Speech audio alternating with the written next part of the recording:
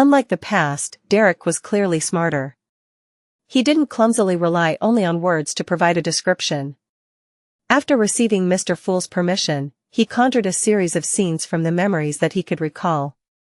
He showed the exploratory process and the points he found important to the Hanged Man, Justice, the Magician, and the world in a fragmented fashion, and then he included some explanations for them.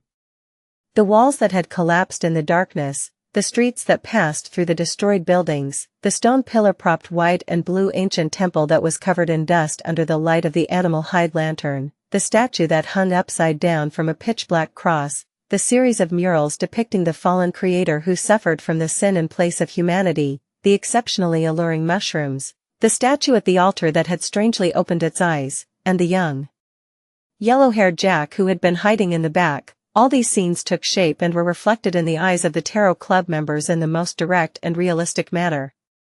The gloomy and dark tone, the sense of crisis with every step that was taken, and the bizarre development that the son was experiencing made Audrey rather excited. She became extremely interested in what he was saying. This is the situation around the City of Silver. It's more attractive than any novel I've ever read. This is the charm of mystery, uncertainty, and terror combined. Of course, to the humans who live there, this isn't a good thing. Audrey's thoughts were in disarray. She wanted nothing more than to immediately become a powerhouse at the level of a demigod and venture into that region ruled by darkness and storms. Klein watched and sighed emotionally. He was sighing because it truly wasn't easy for the City of Silver to last all this time in such an environment. He sighed because little son still wasn't smart enough and had no experience. Otherwise, he would have been able to completely present the events that happened in the form of a movie or documentary. It would certainly be exciting and attractive. However, this way, the description would take too long. My spirituality wouldn't be able to endure if everyone were to watch such a movie. Also, the longer one stays above the gray fog, the more likely it is that something bad will happen in the outside world. Klein suddenly felt lucky. Alger finished watching in silence as he thought over it. He got the son to pick a few important points he had chosen to present them above the long bronze table. Among them included the mural of the fallen creator resisting the 6 evil gods. Which evil gods are these? Alger looked at the octopus with lightning wrapped around its body, black waves at its feet, an avian feathered cloak on its back, and a 3-pronged trident in its hand as he began to make connections. Derek shook his head honestly. I don't know. I thought you would know them. Audrey and Furs cast their gazes over at the same time, carefully observing them several times, but they still failed to come up with any guesses. They had originally thought that these were 6 of the 8 ancient gods from the legends of the City of Silver, but they couldn't find a suitable match. After all, there was a dragon, an elf, a giant, a phoenix, and an annihilation demonic wolf, while there was only one giant in the mural. This? The fool took a serious look and his pupils nearly contracted. In consideration of his standing, he had only taken a cursory look at the mural in the beginning, but now, he finally realized that something was wrong. This is very similar to the statues of the 6 gods which I saw in the Tudor family's underground ruin, except that one is a normal version and the other is a corrupted version. It really is a bit hard for people to look at it directly, especially Earth Mother, Lord of Storms, and Eternal Blazing Sunday. Not only have they been sullied as evil gods, but they're even akin to ugly monsters. Klein didn't feel a sense of sudden enlightenment from having realized the truth. He had expected the true creator to disparage the 6 gods and distort their images. However, I can't completely ignore the possibility of this mural appearing. Just like how I had always thought that the Orthodox gods didn't have a human form, with only symbols left. As a result, the statues in the ruins of the Tudor family have made me less certain. It seems like the establishment of the images of the gods have undergone a long evolution, and many secrets are hidden within. Klein was relieved when he saw that Miss Justice was focusing on examining the mural and didn't pay attention to Mr. Fool's attitude. Because it involved whether or not little son could get out of the strange predicament of repeating that short period of life, he decided to tell them what he knew. Of course, the long introduction and display of the images of the 6 gods inside the underground ruin didn't fit the identity of the fool. He intended to control the world to complete this task. And this was in line with his goal of making the world and Sherlock Moriarty equivalent. The fool should enigmatically say, Evernight, sun, storm, wisdom, earth, giant, and then give no explanation, with superfluous descriptions. Klein thought for 2 seconds and let the world say in a hoarse voice, I've seen similar statues. After attracting everyone's gaze, he paused and added, in an adventure to a 4th epic ruin. Audrey was very interested, but she maintained her basic level of restraint. Mr. World, what kind of statues were there? Can you show it to us? Of course, if you aren't willing to, or if you require compensation, it's negotiable. There's no need, as this might also solve some of my doubts. The world smiled darkly. He acted by making a request to Mr. Fool, and when he got permission, he conjured the statues of the 6 gods and their corresponding sacred emblems. With her head against the full moon, the lady, who wore layers upon layers of hazy dresses that didn't repeat, gave off an exceptionally beautiful feeling.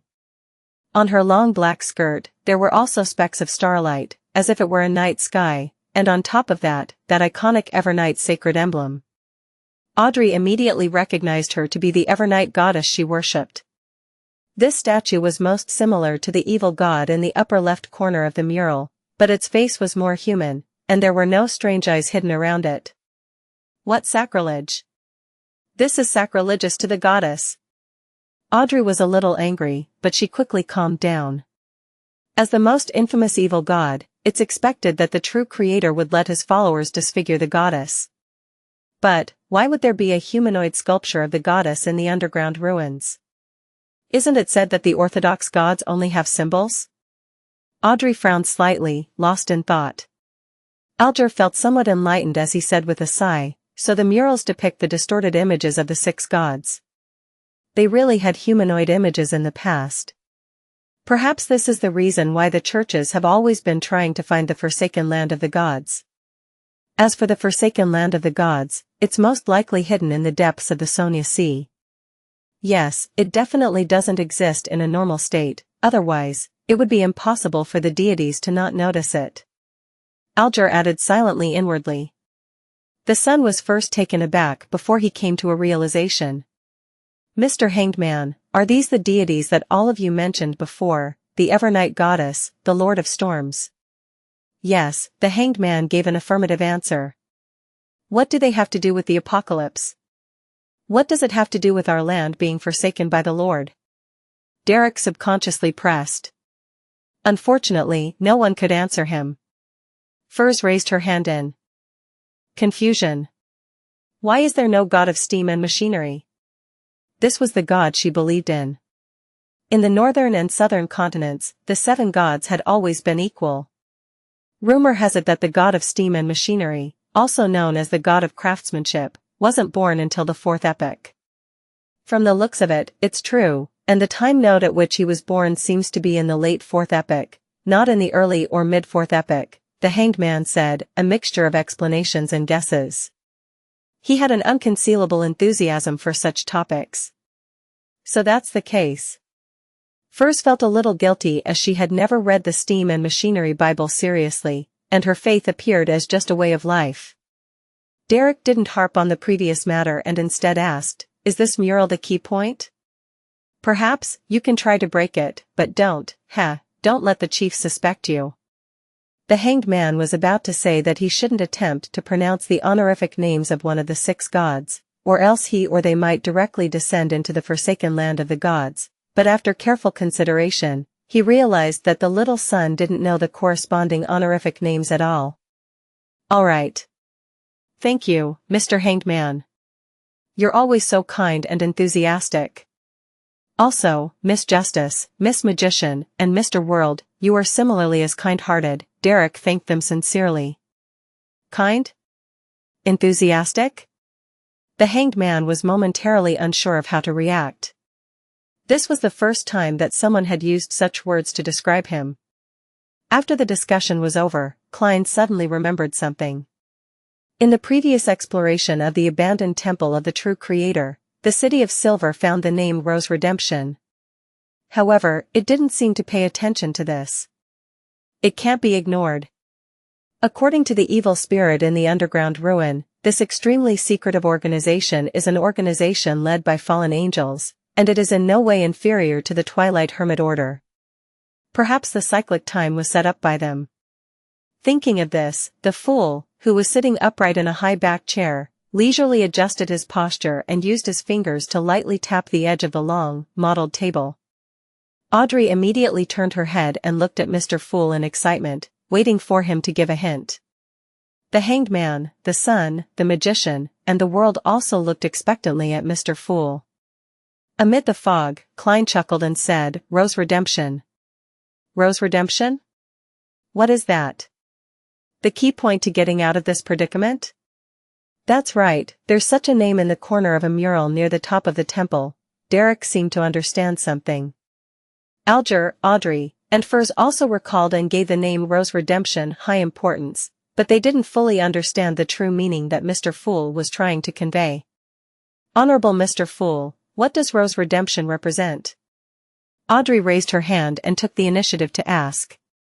This time, Klein didn't respond other than giving a short laugh.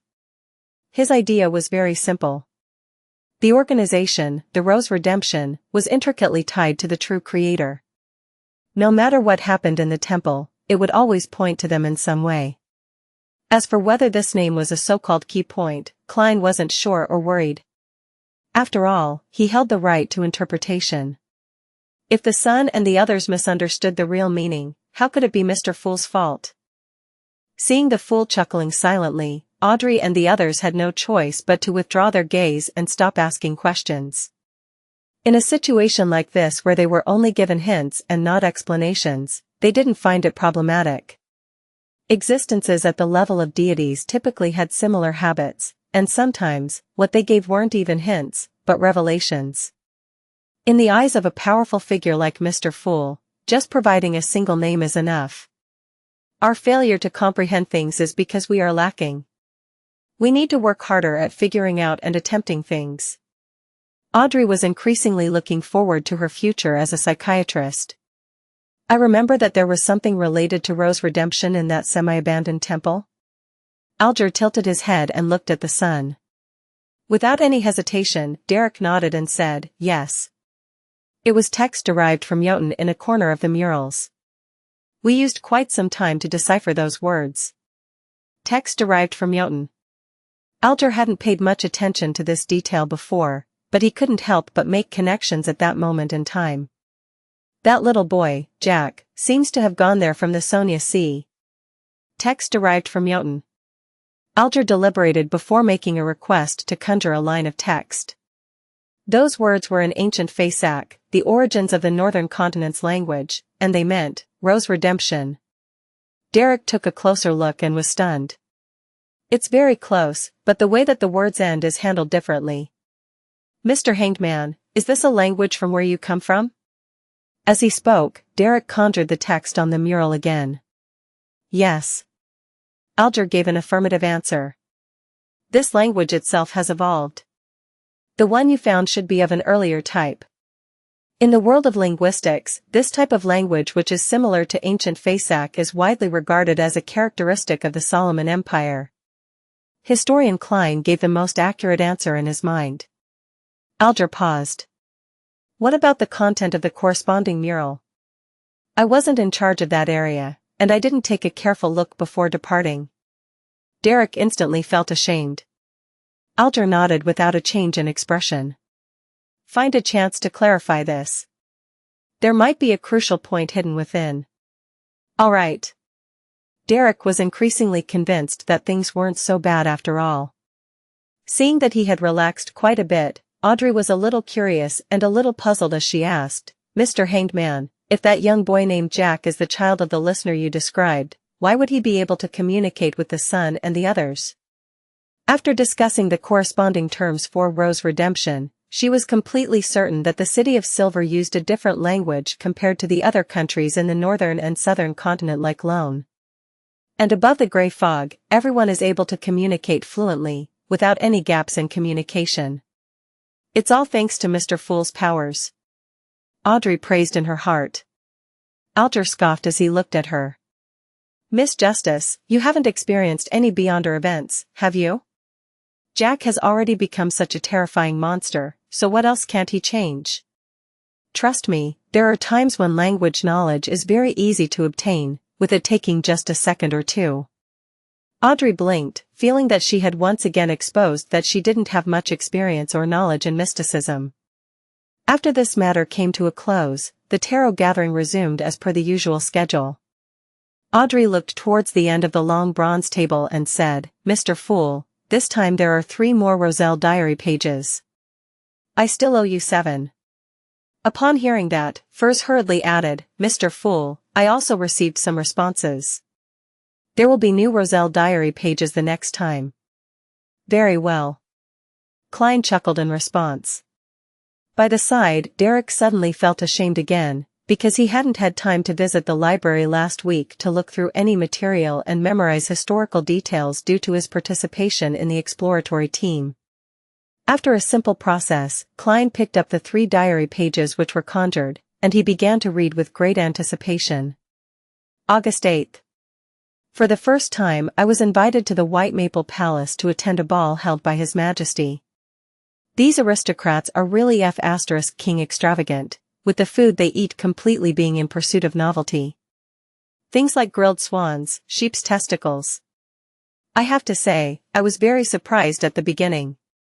The aristocrats of this world, yes, this is limited only to aristocrats, really love cleanliness. It's common for them to take baths, and toilet paper has already taken a nascent form.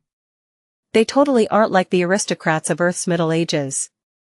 I originally thought that this was an effect of the existence of true gods, but I was later informed that this was an improvement that had to be made because of some kind of threat. Beyonders of a particular sequence are able to spread the plague through dirty habits. I wonder which pathway and sequence that is. At that time, my first thought was that there's something wrong with these aristocrats' brains, right? Since they're afraid of the plague, why don't they clean up the streets? Why didn't they build a complete sewage system? Why don't they uplift the slums? They're all in the same city. Does this mean that this place will be fine when there's a plague over there? Well, with water sources, food, and people isolated and them moving only in one direction, perhaps it really will be all right. But there are plagues that can be transmitted through the air. When I hold a high position, I must push for urban planning and clean up the environment. Even without the plague, just living in such a stinking city is still very annoying. Oh right, I've been summoned tonight by His Majesty. I thought that since I was born on Earth, I, who received an education of all men being equal, would be neither humble nor arrogant and appear rather calm. But in fact, I remained very nervous and excited, unconsciously bending my waist and bowing my head. Of course, I know that in terms of dignity, I'm equal to the king. This is the charm of power. Even though this entire page is filled with daily activities, the Emperor has still managed to make me laugh. He was also someone with a goal. Indeed, even for someone born in the modern world, they will still become apprehensive and sycophantic when faced with someone of high status, a person who can influence their fates. Klein smiled, his mood much more relaxed. He turned to the second page and continued reading. November 11th. About to advance to sequence 4 to become a demigod. After this, as long as I don't lose control, then my life's natural order will experience a qualitative change. I would no longer be a short-lived creature. Of course, different sequences of different pathways will be in different states. I faced 2 choices. One is alchemist of the savant pathway, and the other is mysticologist of the mystery prior pathway. Eventually, I chose not to change pathways since the hidden sage is a very dangerous existence. However, I ultimately suspect that he isn't a real deity. Perhaps, he is of a slightly lower level. After becoming an alchemist, I will be able to inject soul into the items I create and give them life. This is the feeling of being a creator. It will definitely be excellent. It's also the reason why I continued choosing this Beyonder pathway. After obtaining this sequence's Beyonder characteristic, I should be able to complete more of my concepts. There will come a day when the saying, "It's not that we aren't working hard, it's just that the cheat has a Gundam." It will be a Gundam in the truest meaning of the word. The only problem is that the corresponding ritual of alchemist needs to extract all the life force of a particular region, desertification of the land and the drying of lakes. Why is this not much different from a cult sacrificial ritual? I've always felt that the potion sequence system has too many dark and crazy parts to it. Occasionally, it would be so evil that it can make one despair. The Emperor also feels the same way. Seeing this, Klein couldn't help but sigh. Sometimes, he also felt that the background color of this world was grayish-black and crazy. Things like the law of beyonder characteristics conservation and indestructibility, the laws of pathway convergence, and interchangeability of close sequences all bring about change that leads to tragedy. Alchemist is a very interesting sequence. Alchemical life sounds forbidden and is a domain very close to that of deities. I wonder if the Emperor made any Gundams before he was assassinated. Probably not.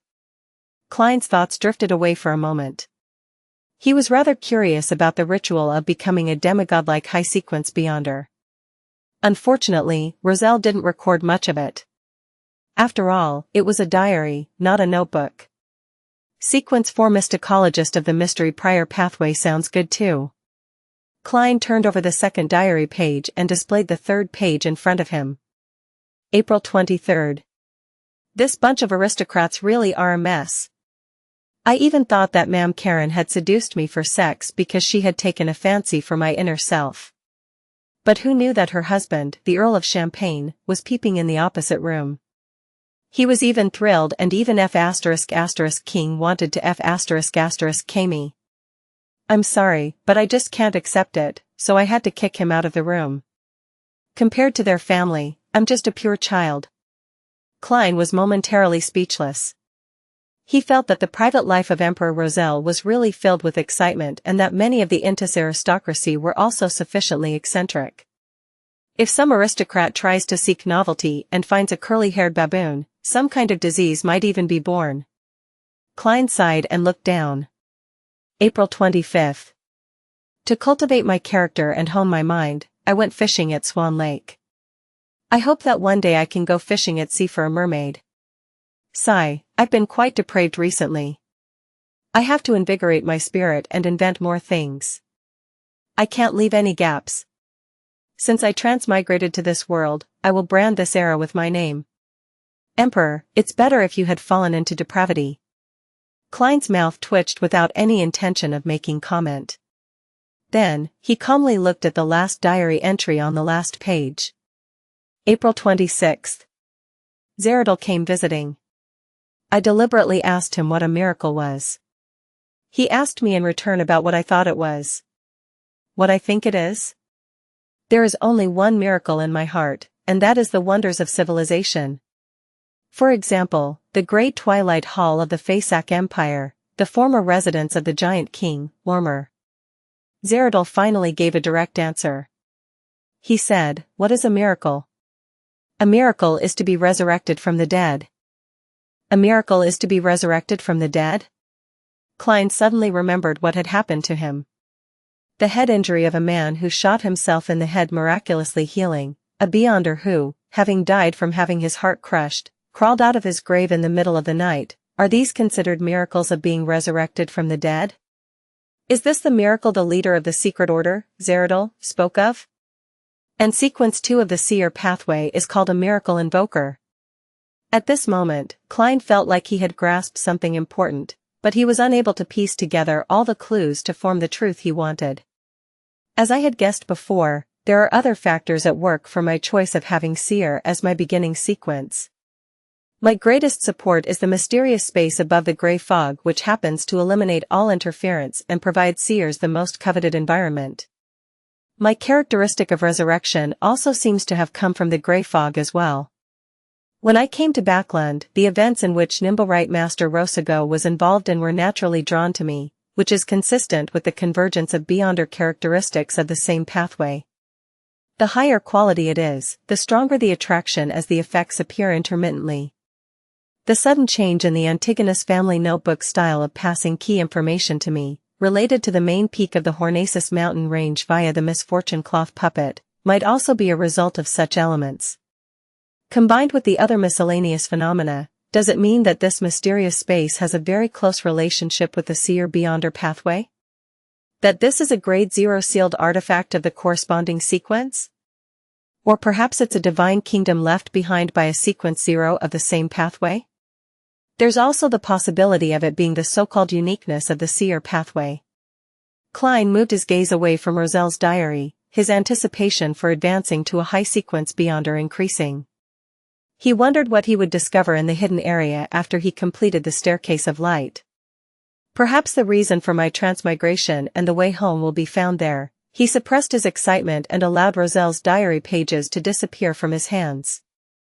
At the same time, he became increasingly wary of the leader of the secret order, Zeradol. He was a powerful existence that had long since become a miracle invoker from the seer pathway many years ago. There might be times and matters that have his fingerprints hidden all over them. Although all of these thoughts were churning in his mind, Klein acted as though nothing had happened as he calmly said, "You can begin your transactions." Furs immediately turned to look at Miss Justice, who sat on the same side of the table, and she said with expectation, "I have received a reply. My teacher has a pair of mirror dragon eyes. The price is £1,000. Upon saying that, Furs felt a little uneasy. This was because Dorian Gray Abraham's reserve price was £800, which was already at a premium above the usual £500 to £600. And on that foundation, she had added another £200. After attending so many tarot gatherings and all kinds of beyonder circles, I finally understand one thing. Just like Emperor Roselle said, money isn't omnipotent, but nothing can be done without money. Although I've already received the fixed payment for my new book and have savings reaching £350, there's still the Spirit Eater stomach pouch awaiting me. There's also all kinds of expenses needed for sequence 7, 6, 5, and even 4. The meaning before Mr. Fool's secret hint is that I should be able to be freed from the curse of the full moon once I become a high sequence beyonder. Even if I can find some of them through teacher, I can't fully rely on him and the Abraham family. In this regard, saving up money on my own isn't enough, and efforts must be made to make money. The price of £1,000 is really expensive. If Miss Justice wishes to bargain, I'll later tell her that teacher agreed to lower the price by £100 after repeated negotiations. As Furs waited for the reply, she consoled herself. £1,000? Audrey never expected to receive news for the psychiatrist potion ingredients so quickly, so she subconsciously asked in a confirming tone. Without waiting for a reply from Furs, she happily added, "Okay, deal." Although she still owed Viscount Glain a final installment and still owed the Fool's Adorer £2,000, she would officially be declared an adult at the New Year's ball. Not only would her control over her wealth be greater than ever before, but she would also receive many valuable gifts, such as the one promised by her father, Earl Hall, a few days earlier. He had promised to give his dear daughter a further £50,000 in Backland Bank shares and more than £2,000 in cash. Hence, £1,000 wasn't a number that she was bothered with.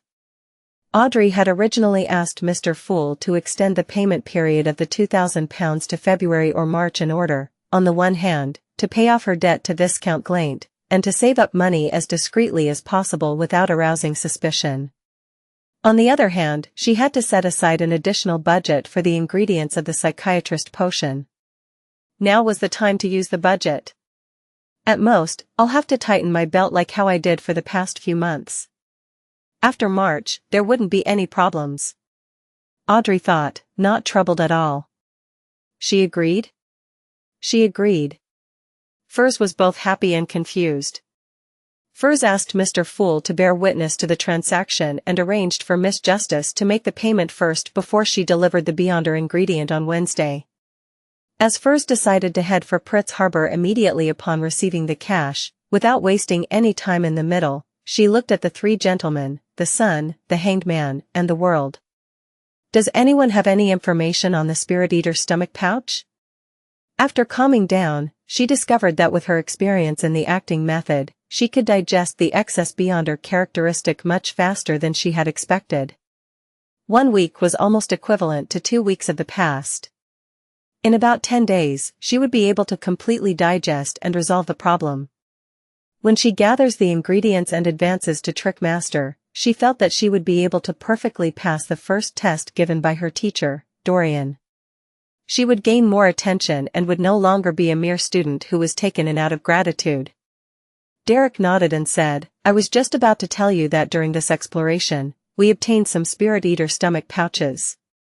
I can exchange it at low prices after I return to the City of Silver."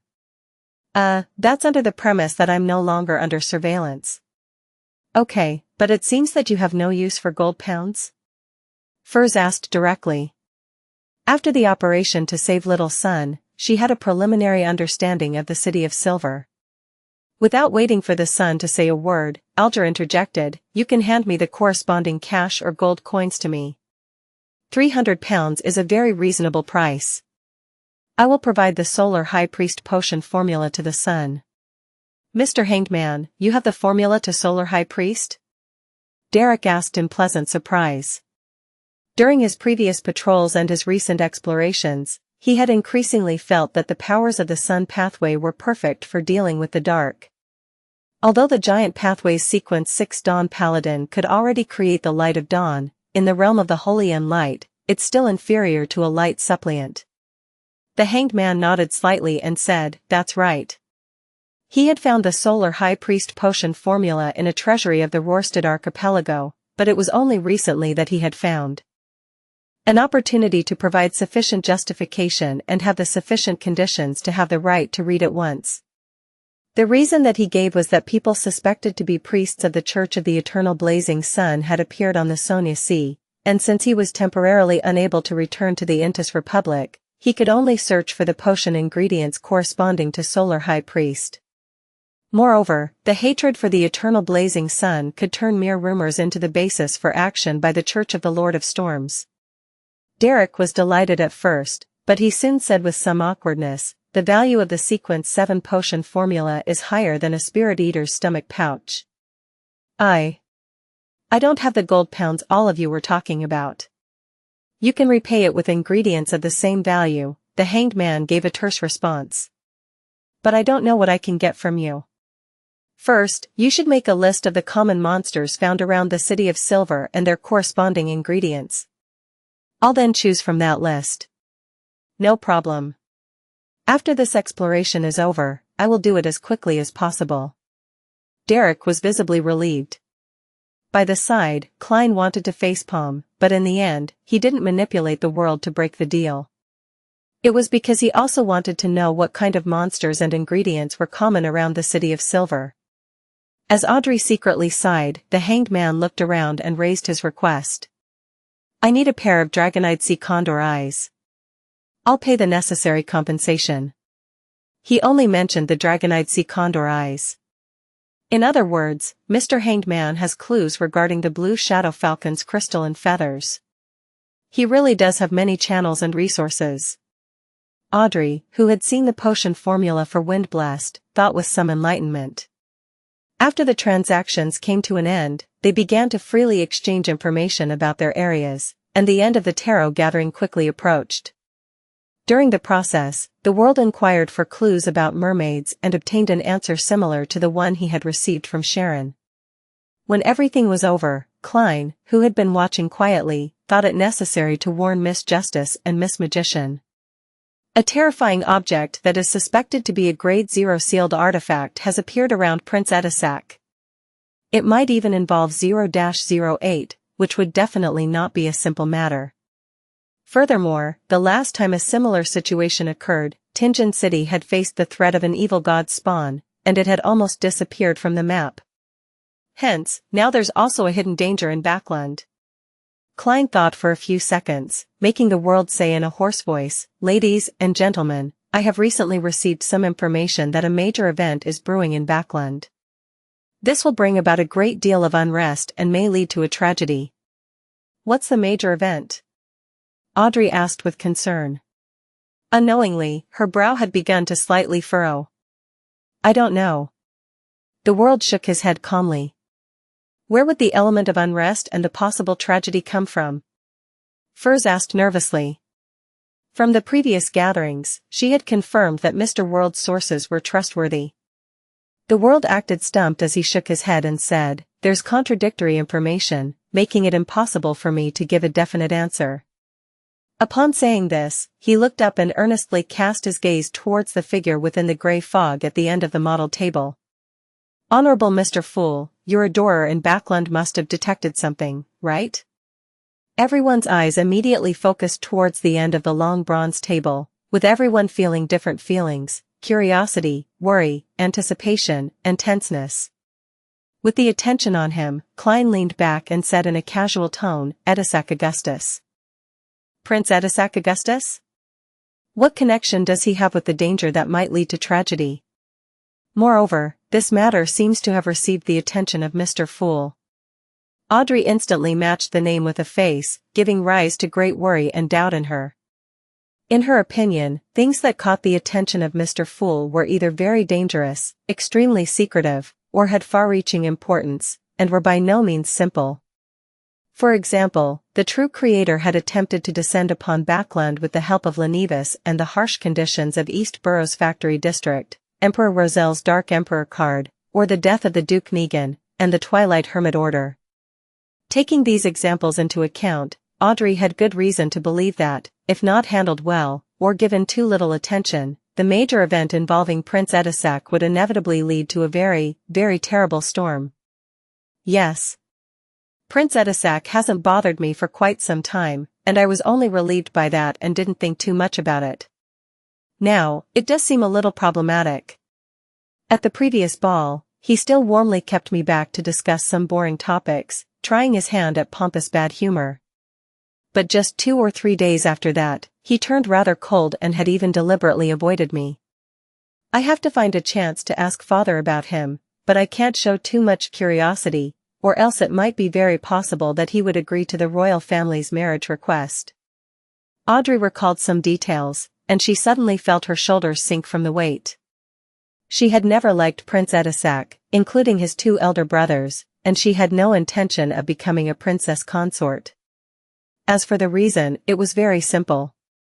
The followers of the Evernight goddess couldn't accept that the Augustus family had believed in the Lord of Storms for generations, which meant their arrogance, pomposity, contempt, and eccentricity against women had penetrated deep into their bones. It was hard to change them, which was the one thing Audrey couldn't tolerate the most. When she thought of the strict, ancient, and extremely conservative environment she would find herself in after becoming a princess consort, Audrey felt that she would surely go crazy and flee, disregarding everything else. So, she wasn't moved at all by the rather solicitous flattery of the princes, she was even very repulsed. Edessak Augustus. The last name implies that he's a member of the royal family. I vaguely remember that he's a prince. What dangerous matter is he going to do? I have no way of coming into contact with him. Right, I can ask Miss Audrey and Viscount Glaint for help, but I have to think of a reason ahead of time to prevent any suspicion from them. Furs frowned slightly as she interpreted Mr. Fool's words. Alger was very interested in the matter, but he didn't dare to ask Mr. Fool, who was obviously just providing a hint. He could only ponder to himself for 2 seconds before saying to Justice, the magician, and the world, "The atmosphere over the sea isn't calm either. It might have a connection with Backland, just like those machines." His words were completely baseless. He simply wanted to exaggerate the degree of the danger and let the 3 Tarot Club members in Backland investigate it diligently. I have to say that Mr. Hanged Man has acted in concert so well.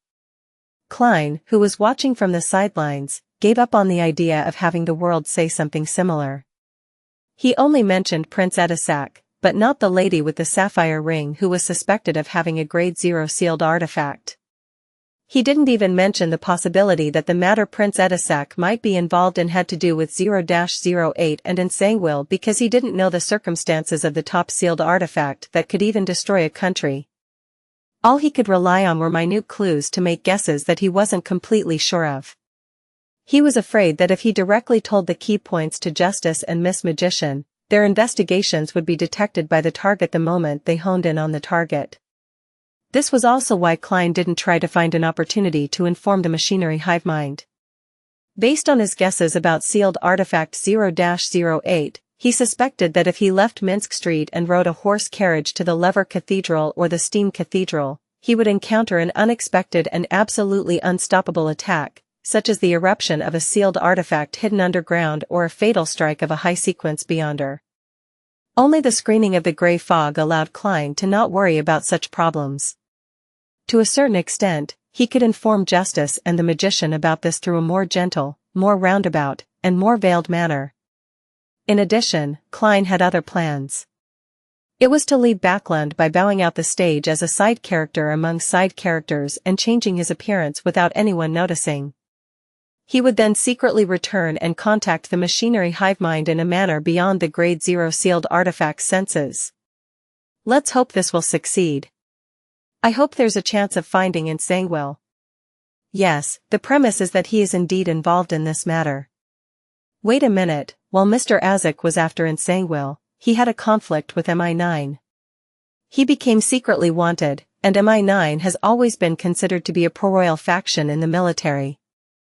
A series of coincidences revolving Prince Edessak is rather similar to the features displayed by sealed artifact 0-08 in the past. This seems to indirectly confirm Insangwil's existence. Klein closed his eyes, and the bright boots and pale hand flashed back to him. He leaned back in his chair, his lips curving upward. Ladies and gentlemen, we shall meet next week. In Empress Borough, the opulent villa of Earl Hall. Audrey stood in front of the full-length mirror, staring blankly at her reflection. There were good news and bad news for her at this tarot gathering. The good news was that she was about to receive one of the psychiatrist potion's main ingredients. Although she was no longer the ignorant girl who had bought some basic general knowledge from the hanged man for £1,000 and knew the approximate price of a lot of beyonder ingredients, she didn't mind paying a premium for the eyes of a mirror dragon. After Duke Negan's assassination, she gained the desire and motivation to raise her sequence to receive the corresponding combat strength. For this, she didn't want to wait any longer and was willing to pay a price. As long as the ingredients appeared, she would immediately accept the offer as long as the price wasn't too outrageous, in case something unexpected happened. It's like a precious piece of jewelry that many noble ladies have set their eyes on. It's also like the purebred houses with unique bloodlines that men like. The corresponding premium is inevitable and unavoidable. At times, it's not impossible to have the price double or triple. Besides, with Furs busying herself in the process of contacting her teacher, she definitely shouldn't be left wasting her time while taking on risks. Yes. She also doesn't know that I'm Justice. Audrey thought indifferently. As for the bad news, it was no doubt related to the matter of Prince Edessak. It left her concerned and worried. Fortunately, Mr. World received the news, and Mr. Fool had provided a warning. Otherwise, who knows how things would have turned out. Audrey, with such excellent conditions, you could certainly solve this problem. Come on. The girl drew the sign of the crimson moon against the reflection in the mirror and tried hard to be optimistic.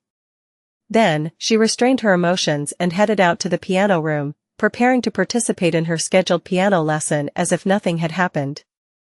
This was because Earl Hall and his wife, as well as Hibbert Hall, wouldn't be home until dinner, and she had no one to ask for information now.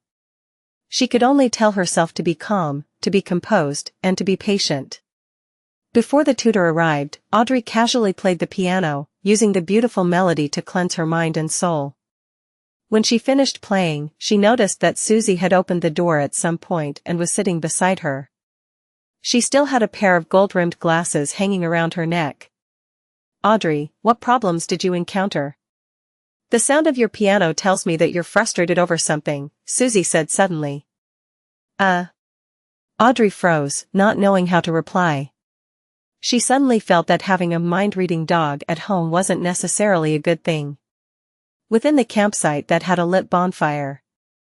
With his eyes closed, Derek Berg thought back quietly to what had happened at the tarot gathering and made sure that he hadn't forgotten the memories of his repeated experiences. After an unknown period of time, he opened his eyes, which were brimming with anticipation, and looked around. However, what entered into his eyes were Flames and his teammates, who were exactly the same as in his memories. At that moment, the cross-legged demon hunter Colin, who was leaning against a stone pillar, said, "We will set off after 50 rounds of lightning." At this moment, Derek was sure that everything that had happened before wasn't a dream or a hallucination. Sherwood Borough. 15 Minsk Street. Klein went down to the first floor and sat in the activity room, feeling the warmth of the fireplace. He quietly rocked in the reclining chair without reading the newspapers, magazines, or even books.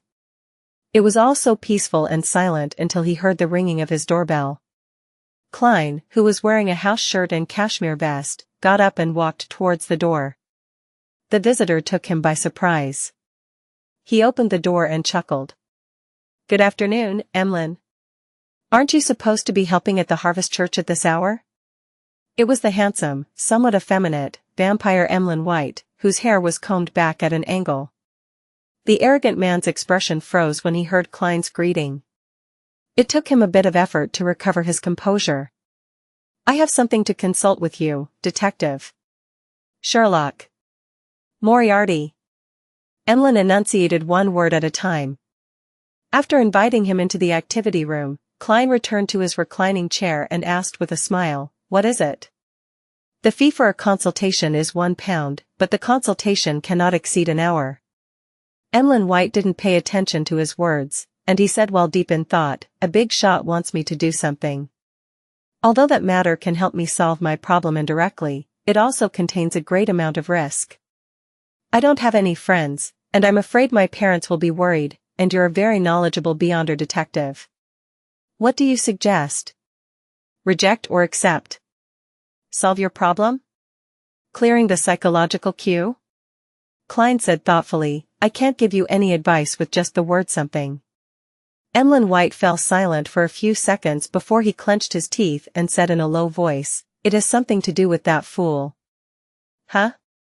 Klein almost lifted his hand to his ear. After a second of confirmation, Klein clasped his hands together and leaned forward. "What exactly is this something?" "No, I can't say any further." Emlyn White shook his head firmly. Afraid of being probed, Klein didn't pursue the matter. He simply analyzed the situation based on the information that the vampire had just revealed. Something to do with the fool. It can help Emlyn White resolve his problem. Contains a high risk. Combined with his previous ideas, this seems to indicate that he intended to hold an appropriate ritual to pray to the fool, which is also me, so as to eliminate the psychological cue and gain his long-awaited freedom. However, this is no longer a ritual that Emlyn will be holding himself. It's a result of a particular big shot's instructions, and with this vampire's pride, for him to address the person that way, it most likely means that the person is a powerhouse among the sanguine. Why would a sanguine big shot send a descendant to pray to the fool? Have they started working with the Aurora Order? Confused, Klein looked up at the expectant Emlyn and scoffed to himself. "Try guessing if I'll respond to your prayers." He hesitated for 2 seconds and didn't make a suggestion. Instead, he said, "Statistically speaking, when praying to a hidden existence without understanding the situation, 30 out of 100 cases would not receive any response. 68 cases will end up encountering all sorts of terrible things and cause them to lose their lives, or live a life worse than death. Only 2 cases have the possibility of success, allowing them to get what they want, but the price they pay might not be what they want." As a former keyboard warrior, Klein had always believed that when it came to proving something or reinforcing a point of view, anyone who just gave an example, an exception, without mentioning the entire sample and overall statistics was being an asshole. It was merely a trick of concept, and in these cases, there were usually similar companion words, such as "I have a friend," "a girl I know," or "someone around me." Therefore, to convince Emlyn White, he deliberately fabricated some data. Of course, this wasn't entirely baseless. At least, many of the files which Klein had read while he was a member of a Nighthawks team had described similar situations. Only 2 cases of success? Problems happen to 68 cases? Startled, Emlyn couldn't help but lift his hand to smooth his hair. Basically, that is the level of danger over the matter you're going to do. If you have malicious intentions, the risk is even higher than this, Klein replied sincerely. Emlyn shook his head subconsciously. No, there's no malice. Besides, the big shot will protect me in the process. No malice? Even if you have malice, you might not know since you're just cannon fodder who has been pushed to the front lines. Klein raised his right palm and strengthened his tone with a gesture. This will reduce the risk by a lot, but it definitely won't reduce it to zero. Does that big shot really have the means to resist a hidden existence? Probably not, Emlyn answered haltingly. So. Klein spread his hands. He suddenly revealed a smile and said, Emlyn, there is no need for you to take this risk. Even if you completely believe in Earth Mother, it will not affect your life in any way. Look at the citizens of Fainapotter, don't they eat, dress, and do whatever they want? When the time comes, there's a high chance that Father Utravsky will no longer force you to do volunteer work at the Harvest Church. You will regain your original freedom. Furthermore, I believe that you have adapted well to the teachings of Earth Mother without any contradictions. Emlyn White remained silent for a while and said, being a believer because I like her beliefs is completely different from being forcefully turned into a believer through a psychological cue. Even if I do abandon the moon one day and believe in Earth Mother, I also hope that it is a choice that I freely made. It has nothing to do with others, this is the last pride of a sanguine. Klein looked at Emlyn with some surprise. He hadn't expected him to be so insistent. He considered for 2 seconds and didn't try to persuade him again by giving a terse acknowledgement. The problem is actually very simple, that is, do you have the courage to face a certain degree of danger because of the orders of the big shot and the temptation to get rid of the queue? If you're willing to sacrifice your life for this, then the answer is extremely simple. In short, this matter will ultimately be left to you to decide. Emlyn listened with a heavy expression, and he instinctively retorted, if I really choose to make the attempt, it's definitely not for myself, but for all sanguine. Resolving this problem is just an additional perk. For all sanguine? What matter of mine involves all sanguine? That big shot was lying to you, right? Klein sneered. Do you believe that a weak vampire has the chance to save an entire race? Sanguine, sanguine. Emlyn emphasized. Moreover, my strength isn't bad either. It's equivalent to sequence 7 of you humans. By the way, it's the kind that specializes in combat. As for whether you believe it or not, you wouldn't understand. He stood up and said, although your analysis and suggestions are meaningless, I still have to thank you. The consultation fee will be deducted from the previous suitcase and tin box. Huh? Klein wasn't able to react for a moment to what he was talking about. It was only when Emlyn had left that he suddenly realized what he meant. Aren't the vessels and large transactions usually free? That petty and stingy vampire. In the darkness, in which the frequency of lightning had yet to resume, the exploratory team from the City of Silver punctually arrived at the periphery of the abandoned temple. Derek remembered that during their first operation, all the animal hide lanterns had been extinguished here. The entire team fell into pure darkness, and he had also heard the creepy cry for help coming from the depths of the temple. According to the conjectures from Mr. Hanged Man and Miss Justice, this might be the starting point for our repeated cycles. But why would we wake up in the campsite outside the city and not directly here? Remembering the discussion at the tarot meeting, Derek raised his arm and prayed secretly, as suggested. A pure light suddenly burst out from his body, causing Joshua and the other members of the exploratory team to quickly assume battle positions. What happened? Demon Hunter Colin drew his sword and asked in a deep voice. Derek looked left and right in horror and said, Your Excellency, I just heard a child crying, save me, save me. He wanted to test if this was a key point. And now? Colin asked warily. I don't hear it anymore. Derek listened carefully. Demon Hunter Colin glanced at Joshua and the others from the corner of his eye. Did any of you hear it? No. The exploratory team members shook their heads. After pondering for a few seconds, Colin came to a decision. He took out a dark blue metal bottle from the secret compartment in his belt and smeared the colorless, viscous liquid on his sword. Then, he stabbed upwards with his sword. Suddenly, the sky lit up. Streaks of silver, snake-like beams started to surge upwards, quickly spreading in all directions. The silver-white light instantly enveloped all the members of the exploratory team, as if illuminating the darkest corner of every single one of them. With a sizzling sound, the silver serpents drilled into the void, heading off into the unknown. Everything calmed down very quickly, leaving only the dim light of the animal hide lanterns scattered in silence. Colin narrowed his eyes. Whatever he attempted had sensed something unknown. After a full 5 seconds, he raised his hand and pointed forward. From now on, we can't afford to be careless. We have to be on full alert. Such familiar words. This isn't the key to breaking out of this predicament. Derek calmed his heart and followed the team into the half-deserted temple without any delay. This time, he learned his lesson and didn't look at the face of the fallen creator. In the process of inspecting the ground, he managed to get himself to investigate the area where the mural was by being proactive. He held on to the animal hide lantern and the axe of hurricane in his hands as he and one of his teammates began to take action as a small team.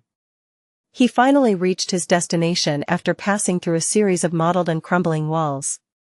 As the light from the animal hide lantern grew closer, the mural on the wall gradually became clearer. Derek first looked towards the corner and found the strange, memorable line of words. Rose Redemption. He silently chanted the name, raised the animal hide lantern, and carefully examined the details of the mural. On the highest area of the mottled wall was a huge, blurry, pitch-black cross. A shadow that was difficult to discern was hanging upside down on it. Against such a backdrop, there was a desolate plain. In the plains, there was a long line of people. Their destination was a distant mountain, the cross on top of the mountain, and the figure hanging upside down. Within the line, some of the people were kneeling on the ground, praying devoutly. Others had already stood up and were walking forward while facing a raging wind. Their faces were simple sketches, as though it was trying to highlight their tattered clothing. Only the leader at the front was relatively clearer. It was a tall and thin man with long, silver hair reaching his back. This man had soft facial features, his head was lowered, and his eyes were tightly shut. There were layers upon layers of wings of light on his back. Angel. A legendary angel. Derek observed the situation around the leader with excitement. Soon, he discovered a meandering, rippling river beneath the feet of the seemingly angelic man. The river kept twisting and turning, and it led back into itself, becoming the source. A cycle. This creates a cycle. Derek felt that he had caught on to something important. In the cycles of experiences, there was actually a circular river in the mural on the wall. The latter was obviously hinting or revealing something. Derek looked up and saw the silver-haired angel with an uncountable number of wings. There was a touch of indifference in the gentleness of his face, as though he was looking down at a river, looking down at fate. Is this the true meaning behind Mr. Fool's hint? Derek thought for a moment and decided to give it a try. If he succeeded, he planned on blaming all his anomalies on the boy, Jack. If he failed, no one would remember what he had done. Under the stunned gaze of his teammates, Derek raised the axe of hurricane and viciously slashed at the river in the mural. The lightning that had just flashed by was triggered, and the silver light fell onto the axe. Bam! Derek's axe, wrapped in streaks of silver, struck the river in the mural, causing the wall to cave in and stone chips to fly everywhere. With one strike, the river that had its source connected to its mouth completely disintegrated. Just as he was looking forward to having the cycle broken, resulting in the members of the exploratory team escaping the temple, Demon Hunter Colin's figure phased away and appeared before him, his face grim. What were you doing? The tip of the demigod's sword was still pointed downwards, but the grip on his hilt was clearly tighter than before. Thinking back to the collective wisdom of the Tarot Club members, Derek said, half doubtfully and half fearfully, "Your Excellency, a black shadow flashed past here just now." It's true. It looked like the figure of a child. Without looking away, Colin Iliad asked another team member, Hyam, did you see it? The exploratory team member named Hyam subconsciously moved closer to the chief, firmly shook his head, and said, no, I didn't see anything. Colin's light blue eyes immediately glowed, revealing two complex dark green symbols. He watched Derek in this state for 4 to 5 seconds. Finally, he withdrew his gaze and said in a normal tone, this is your first exploration mission. Hallucinations due to being nervous is normal. Subsequently, you are to stay by my side. I think you'll be calmer this way. Yes, Your Excellency, Derek agreed without any hesitation. Having just made an attempt, he confirmed that the mural wasn't critical. The rose redemption that Mr. Fool suggested likely hides a deeper meaning. It's not that simple. Derek walked silently beside Chief Colin with the axe of Hurricane in hand. What happened afterward wasn't much different from the explorations he remembered from his previous explorations. Everyone repeated the events in the past and arrived at the final hall with an altar for the 6th time. There, they found the yellow-haired boy, Jack, curled up in the shadows. Upon hearing, save me, and seeing the silhouette of the child, Demon Hunter Colin nodded his head indiscernibly and retracted most of the attention he had placed on Derek Berg. Just as he was deliberating his words, Derek suddenly asked, how can we save you? Jack revealed an excited expression. Save me, send me home. Send me home. Where is your home? Derek asked, curious and frightened. Seeing this, Colin shut his mouth and tightened his grip. Jack raised his hand weakly and said, my home is at Enmat Harbor. Enmat Harbor. Although Mr. Hanged Man never mentioned it, from the word harbor, Jack really doesn't belong to this place of ours. It's very likely that he comes from the outside world, from the Lone Kingdom where Miss Justice and the others are located. Derek was overjoyed, unable to hide his excitement. His reaction didn't arouse any suspicion from Demon Hunter Colin, because this powerful chief of the 6-member council had also never seen the sea. He could only read from the preserved books that this body of water was many times larger than a lake, as well as the term harbor. The words that came out of the strange boy's mouth presented itself like a painting of a new world in front of Colin.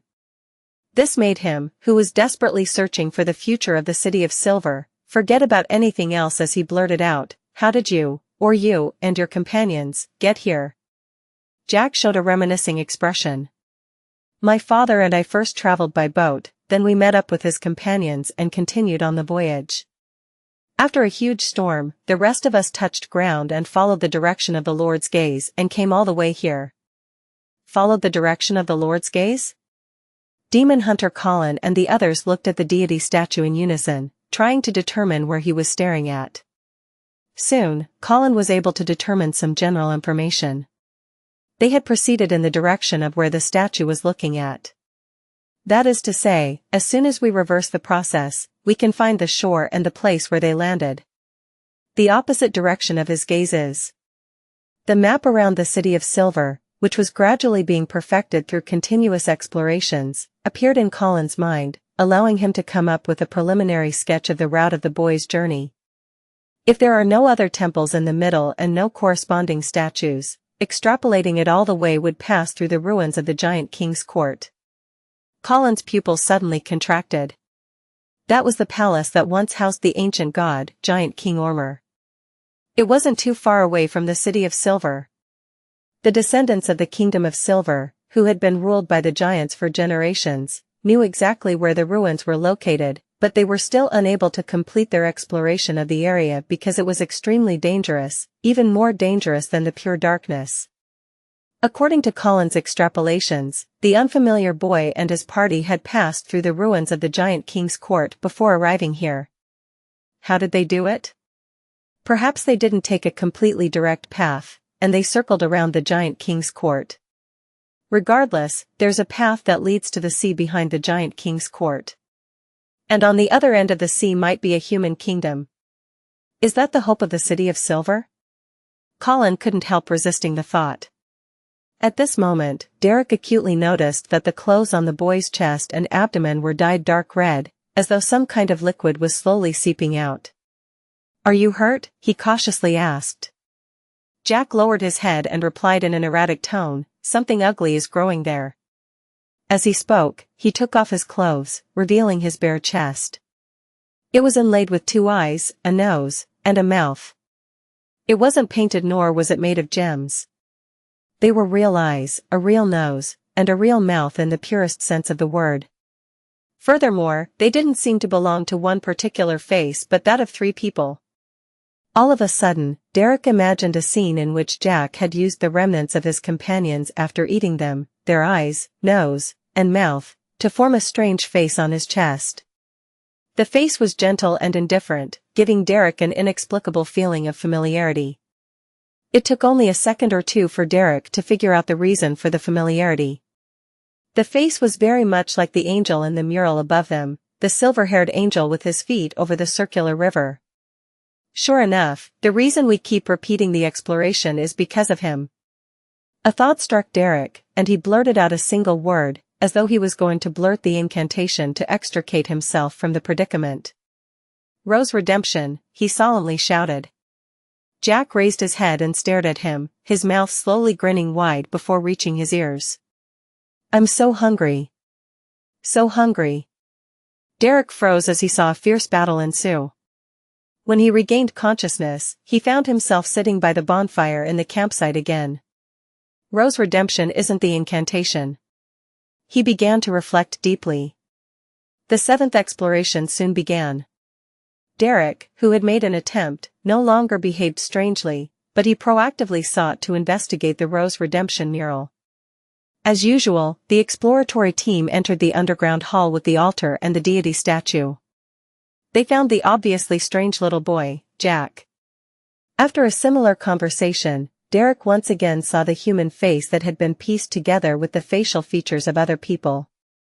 Now experienced, he didn't take any actions which could agitate the boy. He lowered his voice and said to Demon Hunter Colin, "Your Excellency, the face on his chest is very similar to the angel in the mural above us.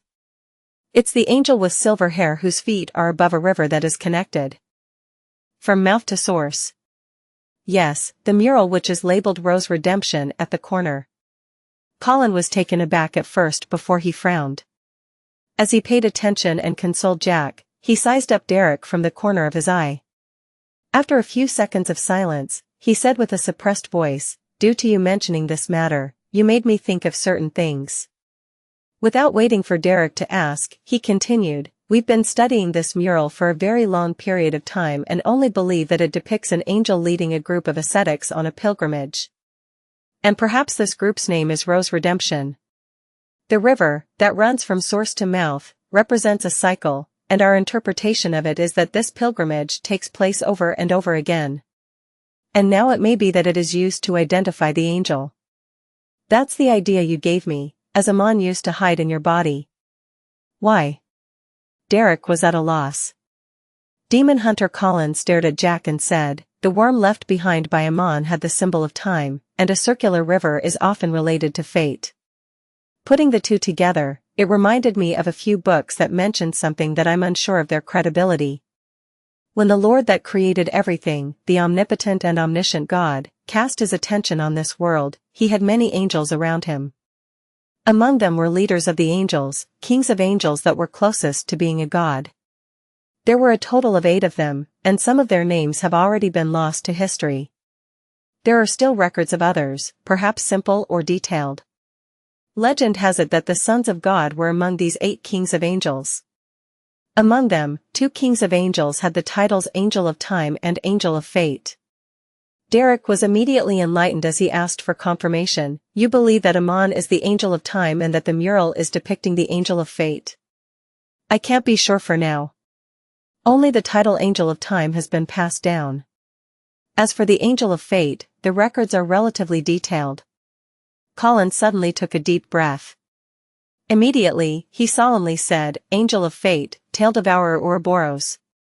In the evening, within the Aurora family's underground structure, Emlyn White looked at the iron-black coffin and said to the ancient sanguine inside, "Lord Nibs, I accept the ancestors' mission." Nibs replied in his aged voice, "Very good. When do you want to begin? Do you have any wishes that remain unfulfilled?" Upon hearing Lord Nibs asking about his last wishes, Emlyn White's calves went limp, and he almost regretted it. He stiffened his neck and said, "There's no need. We can begin now." The iron-black coffin with its strange patterns lay quietly in the center, and there seemed to be hidden shockwaves in the air that seemed to be silently colliding.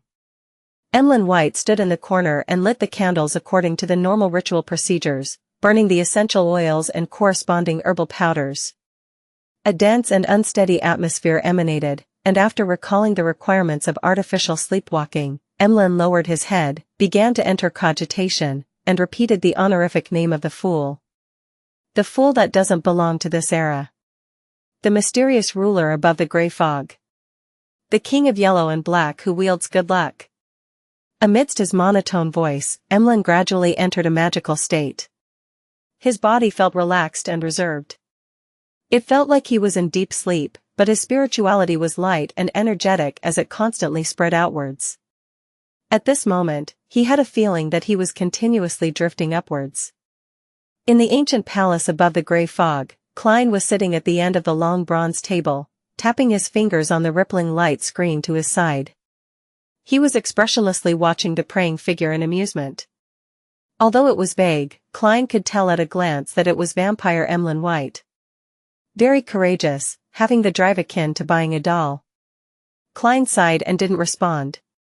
He had previously tried to divine the purpose of the sanguines, but he was unable to obtain any effective revelations. The only thing he was sure of was that it had nothing to do with the Aurora Order. This piqued Klein's curiosity, but he wouldn't take the risk of responding to Emlyn White when a lofty sanguine was beside Emlyn. He didn't know if he could grasp traces of the mysterious space above the gray fog and threaten it like blasphemer Amon. He had no intention to confirm it since he was dealing with an avatar of Amon back then. Yet, he was now facing a powerful sanguine's true body. There's no need to take risks on matters of no importance, even if I want to know the real purpose of the sanguines. And it's not like there's no other way. Klein looked at Emlyn White in his state of artificial sleepwalking. He said to himself with a smile, "I can delay my response." He planned to wait until tomorrow or the day after. He would suddenly respond when Emlyn White was without protection and when the sanguine had given up. However, there was a premise, which was to first use divination to confirm the degree of danger. Tail devourer.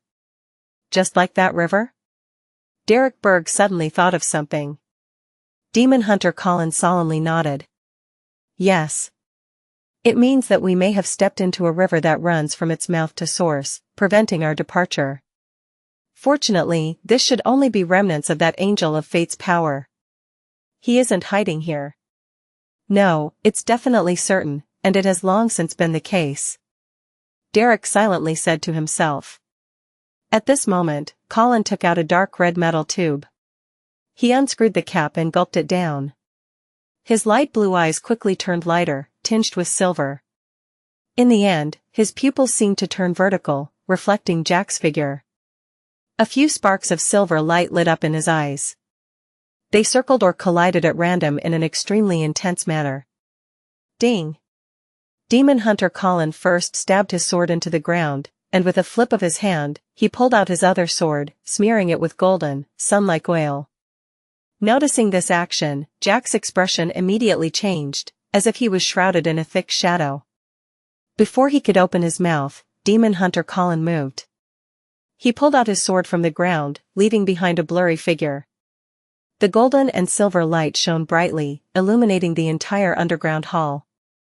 The light before the little boy was the most intense. After a mournful scream, the darkness once again shrouded the altar. Jack stood in his original spot, without taking even a step.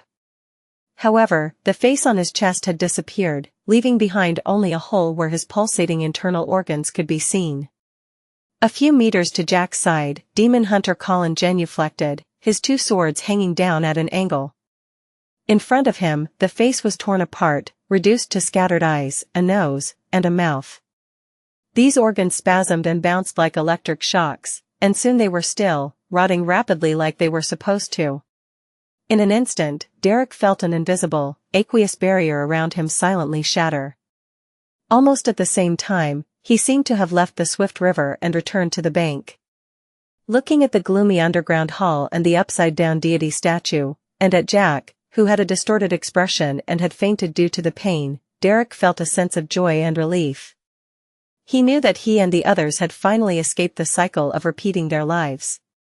Derek was well aware that although the final solution didn't seem complicated, it might have taken dozens or hundreds of repeated attempts to find the clues and solution, without knowing any clues or the problem beforehand. In the process, the slightest carelessness could lead to death, and Derek had no way of knowing if a life that was lost could experience a redo, or if they would still revive by the bonfire but would end up dead after escaping this predicament. What's even more serious is that people would always repeat the same choice, which was to say that they wouldn't be able to discover the problem in the first place. Without the corresponding memories and experience, they wouldn't detect any abnormalities even if it was the 1000th time, and they would completely lose themselves in the circular river until they reached the end of their lives due to the normal flow of time in the outside world. At the thought of such a possibility, Derek thanked Mr. Fool wholeheartedly for restoring his memory and giving him a hint. Turning his head to the side, he saw that Joshua and the other members of the exploratory team didn't show any abnormal reactions as they checked the surrounding area in a way that was similar to the sixth exploration. Perhaps it will only be after returning to the City of Silver that they would realize that they've lost a part of their lives from the difference in dates. Derek thought silently. At this moment, Demon Hunter Colin stood up, walked back to the boy's side, and took out another small metal bottle. He then poured the thick black liquid inside onto the boy's empty chest. The liquid quickly condensed into a translucent membrane, sticking to the wound and stopping the flow of blood. "Hi, Joshua, the both of you are in charge of him," Colin suppressed his throbbing hand and ordered in a low voice. To him, this was the City of Silver's hope for ridding the curse and defeating the prophecy of the apocalypse. Phew. Derek wanted to covertly thank the fool, but he realized that there was no corresponding prayer gesture. In Empress Borough, the opulent villa of Earl Hall. The sumptuous dinner glistened under the light of the candles in an alluring manner. Unlike what was imagined in the newspapers and magazines, the dinner for a great aristocratic family wasn't serious, and there was no need for silence. This was a rare occasion for family members to gather together. While eating, they would casually chat about a variety of relaxed topics in order to communicate and solidify their relationship. Audrey sliced a piece of steak which was produced from her ranch, observed Earl Hall's expression, and, without hiding her curiosity, she asked, "Father, did something happen to Prince Edessak recently?" If nothing had happened, then her plan was to pretend that she had heard irresponsible rumors that didn't correspond to reality. It wasn't uncommon for this to happen among the aristocracy. Earl Hall paused, raised his eyebrows, and asked, "What did you hear?" "There really is something." Gleaning information. From her father's reaction, Audrey replied with a faint smile, "Some rumors, but they seem to be true?" Earl Hall rubbed his temples and said, "It's not a very serious matter. Audrey, I know what you're thinking, so I don't have to hide it from you. This involves a relatively ordinary scandal of the royal family. To put it simply, Prince Edessak has fallen in love with a commoner girl. This led to the death of an aristocratic descendant. The royal family has blocked the spread of this matter, not wanting to cause too much of a commotion." His wife took a sip of champagne and said, "It seems he isn't mature enough." Mother is being very tactful with her criticism. It does sound suspicious. Has Prince Edessak really gotten himself involved in a dangerous situation that would bring about terrible changes to Backland? Audrey put on a look of sudden understanding and said with a smile, "This makes me wonder, why would the story of freedom and love involve the death of an aristocratic descendant?" Hibbert Hall kept his head lowered while slicing the tender steak and guessed with great interest, "It reminds me of the complicated love stories that are so common among the believers of the Lord of Storms. It's very common to fight for honor and for a lady. It's a tradition that has been placed into a museum." Earl Hall denied his eldest son's statement. Audrey seized the opportunity and thoughtfully said, "I don't think Prince Edessak is that kind of person, and rumors have already proliferated. Maybe that's not what they really want to cover up." "Perhaps not." Earl Hall ruminated over these words, unconsciously frowning. Knowing when to stop, Audrey didn't say anything else, and she naturally led the conversation in a different direction. She planned on probing her other noble friends about the matter. As a girl that Prince Edessak had once courted, it was absolutely normal for her to want to know the details of the matter. Whether it was curiosity or indignation, they were enough to motivate people to make such an attempt. Being unable to maintain a state of artificial sleepwalking for long, Emlyn White returned to reality in exhaustion. Opening his eyes, he stared at the iron-black coffin, then he said with a mixture of relief and disappointment, "Lord Nibs, there's no response." After a long moment of silence, Nibs finally said in a rather hoarse voice, "Okay. Stay here tonight to prevent any accidents from happening." "All right." Emlyn didn't try to insist otherwise. He spent the night in worry and trepidation, but the night was so serene and unremarkable. It silently faded only when Backlund's rare winter sunshine scattered across the window. What bad weather. Emlyn left Aurora's villa, lowered his hat, and mumbled while he got onto a rental carriage. His destination was the Harvest Church south of the bridge. After the carriage continued steadily for some time, Emlyn's vision suddenly blurred and he saw an endless grey fog. Then, to his amazement, he found himself in a mysterious and majestic palace, sitting at a long, mottled bronze table. At the very end of the long table, there was a figure shrouded in a thick grey fog, looking down at him from above. For a moment, Emlyn White was stiff and his mind was blank, like a marble statue sitting there. Then, he heard the figure leisurely sitting in the thick grey fog indifferently ask, "Why did you pray to me?" Emlyn's mind buzzed and he blurted out, "It's a revelation from my ancestor. She told us through a dream that the apocalypse is approaching and that we need to make preparations. And I am key in this matter. My mission was to pray to the Fool."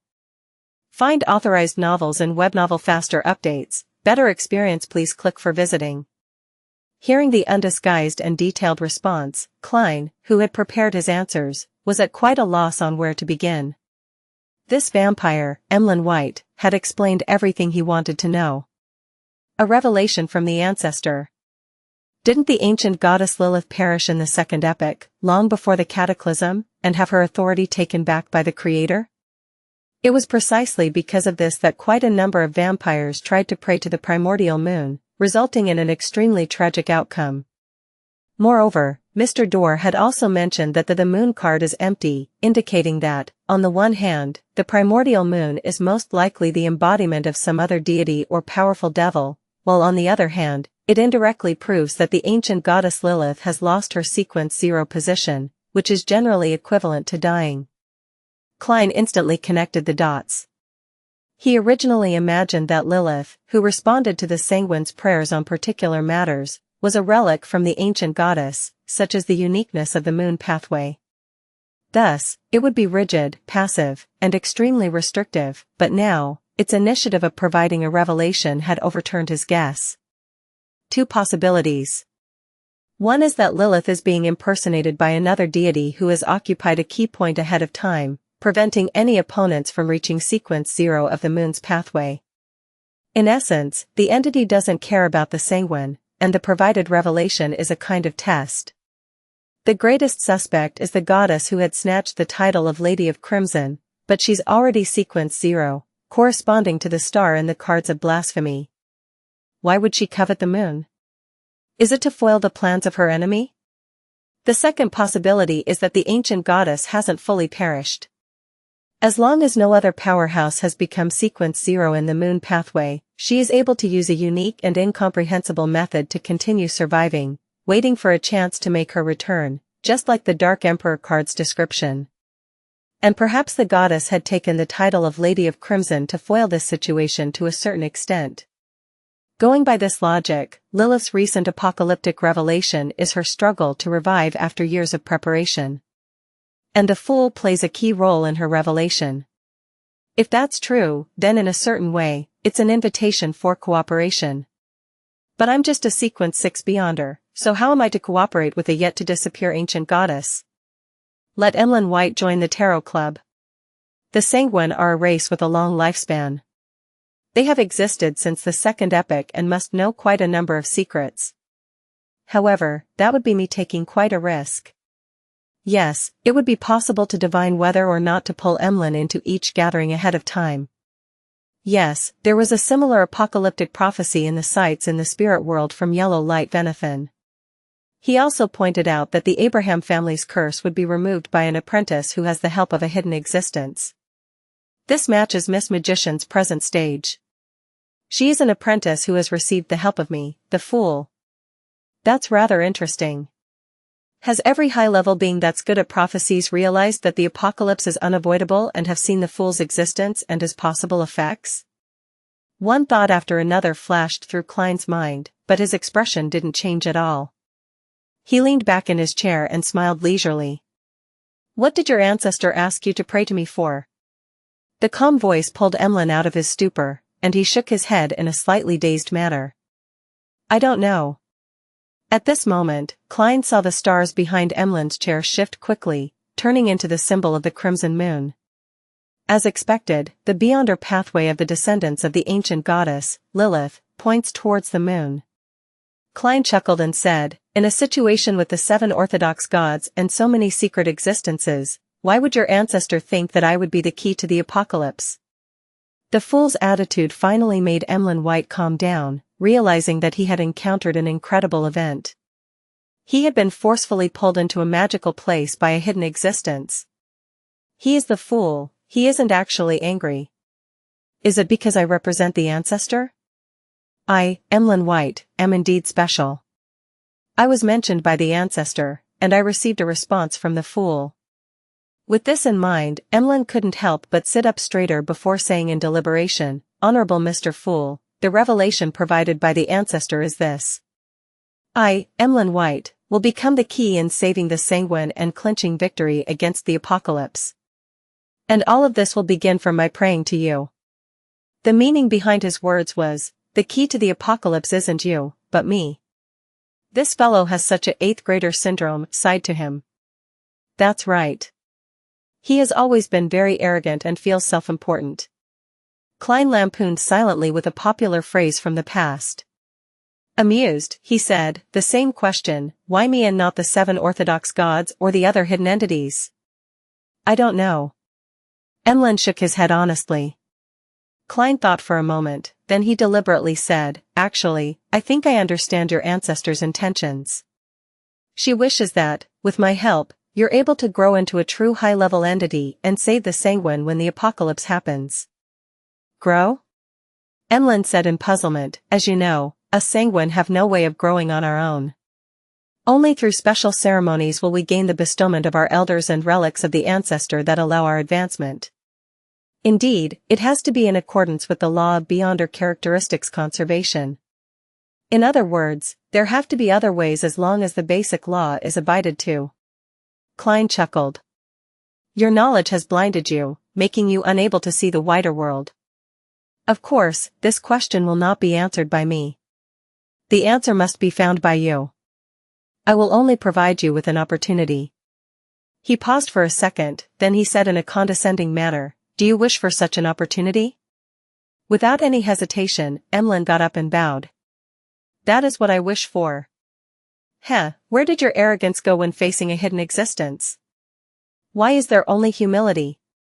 Klein secretly lampooned as he tapped the edge of the mottled long table and said, but you have to adhere to certain matters. Please speak. Emlyn held back his excitement. Klein smiled and replied, you cannot reveal anything related to me to anyone unless you gain my permission. This includes the sanguine who were previously present at the ritual. But Emlyn was somewhat unable to accept the request. Klein asked warmly in a very certain manner, it's likely that Lilith didn't get you to report to anyone afterward? This could be inferred from the fact that there was no prayer content in the revelation. Lee, he directly called the ancestor by her name. It sounds like they're old friends. Emlyn's heart trembled. He lowered his head and replied, no. Klein said with an unperturbed smile, this is a secret deal, which is why I responded after you were free from surveillance. Similarly, you don't need to report this to Lilith as it will let certain people notice it.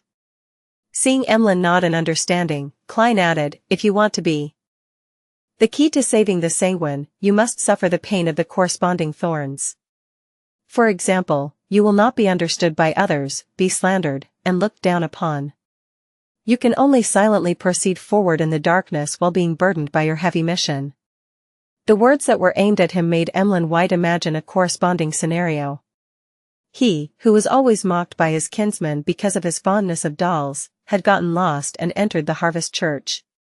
Stained with traces of shame, he, who had never been valued and thought highly of by his elders, would silently guard his race from the corner, protecting everyone without anyone knowing.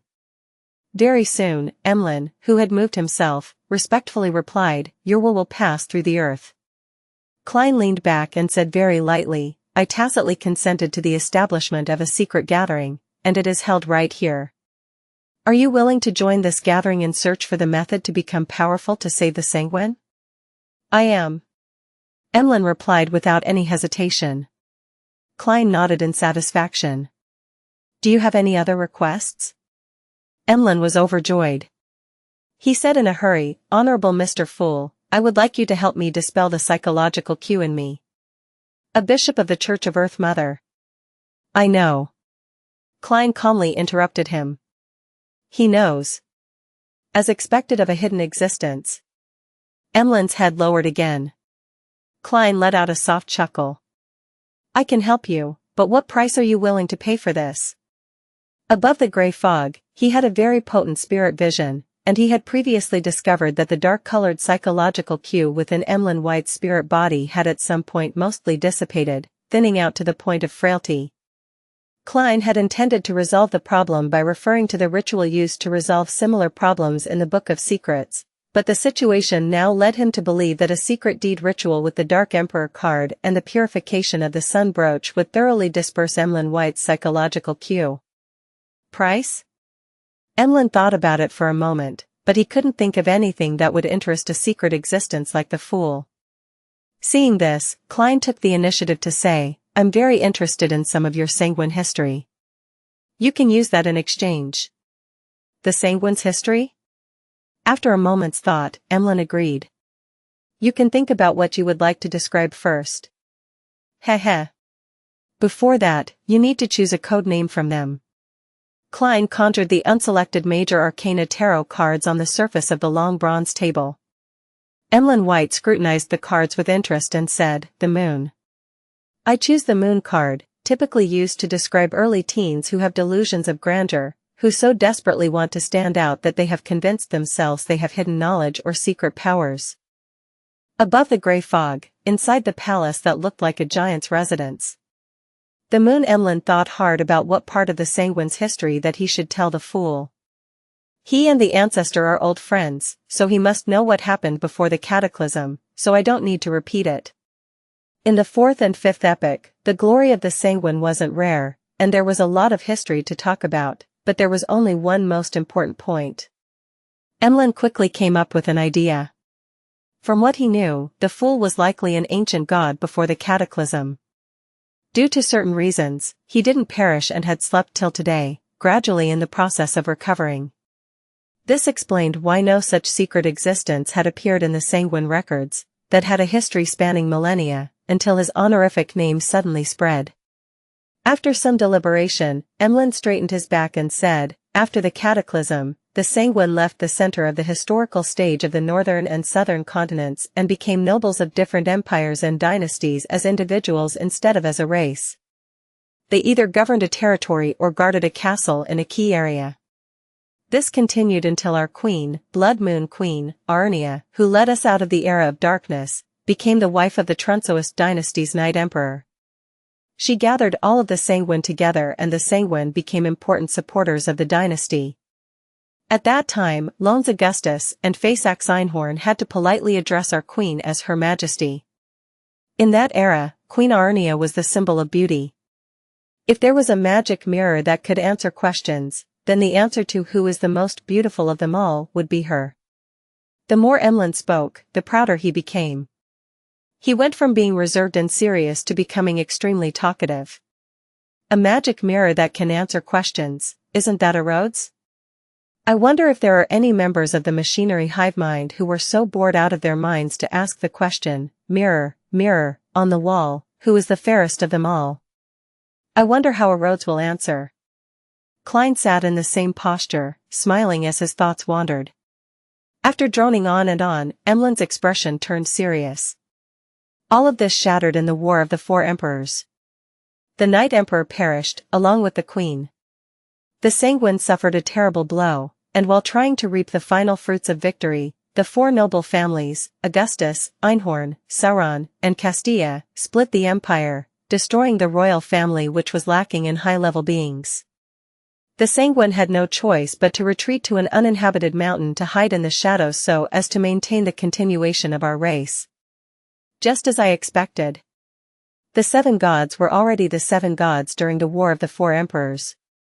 Klein thought of the statue of the six gods in the Tudor ruins. Fortunately, the seven gods were fractured back then and the four countries attacked each other.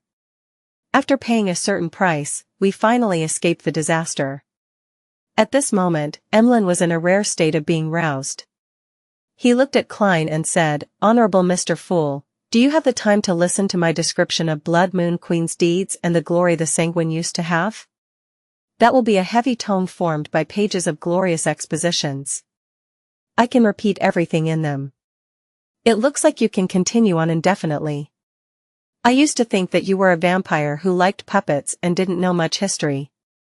I didn't expect you to be so professional and academic. No wonder you always believed the Sanguine to be noble and are proud of it. This kind of guy who doesn't like going out really will delve into deep research into a topic he's interested in. Furthermore, vampires have a sufficiently long lifespan." Klein hesitated, prepared to decline Emlyn's offer in a euphemistic manner. Although he had no lack of interest in the history, time didn't allow him to listen to them all. "It's enough." Klein smiled and said, "I like a fair and equal exchange, so I won't let you say anything without reaping rewards. In the future, when you have the chance, you can use your relevant history to trade for what you want from me." "All right." Emlyn felt lost for a moment. This was the first time he had the opportunity to tell someone else about the glory of the Sanguine. Normally, in order to hide his identity, he wouldn't be able to show off to the humans. As for the members of the Sanguine, all of them knew what needed to be known, and he wasn't in charge of educating the newborns. Klein didn't say anything else and resumed his supercilious attitude. "All right, you can go back now." A dark red light immediately lit up in front of Emlyn White's eyes, quickly devouring him. After a short period of dizziness, he found that he was still sitting in the rental carriage. Soon after, he saw an illusory goatskin parchment and gained the knowledge of how to request help from the Fool via a secret deed ritual. "When I'm free in the afternoon, I'll immediately hold the ritual at home and ask Mr. Fool to dispel my psychological cue." Emlyn was suddenly excited. He waited until the carriage arrived at the Harvest Church before calming down and paying for the ride. After entering the cathedral, he was relieved to see that Bishop Utrovsky was there preaching to the few believers of the church. He no longer felt as vexed as he usually felt and felt rather relaxed. In this state, he suddenly thought of something. Father Utrovsky has never seemed to stop me from finding a way to dispel the psychological cues. What exactly is on his mind? East Borough, in a greasy coffee shop. Klein, who arrived at the scheduled time, was enjoying wheat bread with fresh pea lamb stew while he listened to old Kohler's report of the information he had gathered over the past week. It was a pity that there was no valuable information inside. When old Kohler was done, Klein thought for a moment, then he pulled out 2 pounds worth of bills and pushed them over. "You already paid me just now." Old Kohler jumped in shock and waved his hands in front of him. Klein chuckled and said, "Within this week, I'll be heading south for a holiday. After a year of hard work, it's time to rest for a while. I might take 2 to 3 weeks before I return, so I'll pay you in advance." "Heh, don't forget to help me gather information." Okay. Old Kohler accepted the notes with a mixture of joy and gratitude. At this moment, he had already thought of how to spend the new year. He planned to buy the cured hem he had been reluctant to buy and match it with his bread. "I really can't stand the wait. Thank you, Detective Moriarty. He swallowed his saliva without realizing it. Klein picked up his hat, hesitated for a moment, and said, "You should have noticed that East Borough has been a bit chaotic recently. Don't take risks just to find out more information. If you notice anything wrong, immediately hide and avoid getting yourself involved." He was rather worried about the matter surrounding Prince Edessak, so he wanted to give Old Kohler a reminder. "I understand." Old Kohler patted his chest and said, "I'm very timid. I won't take the risk."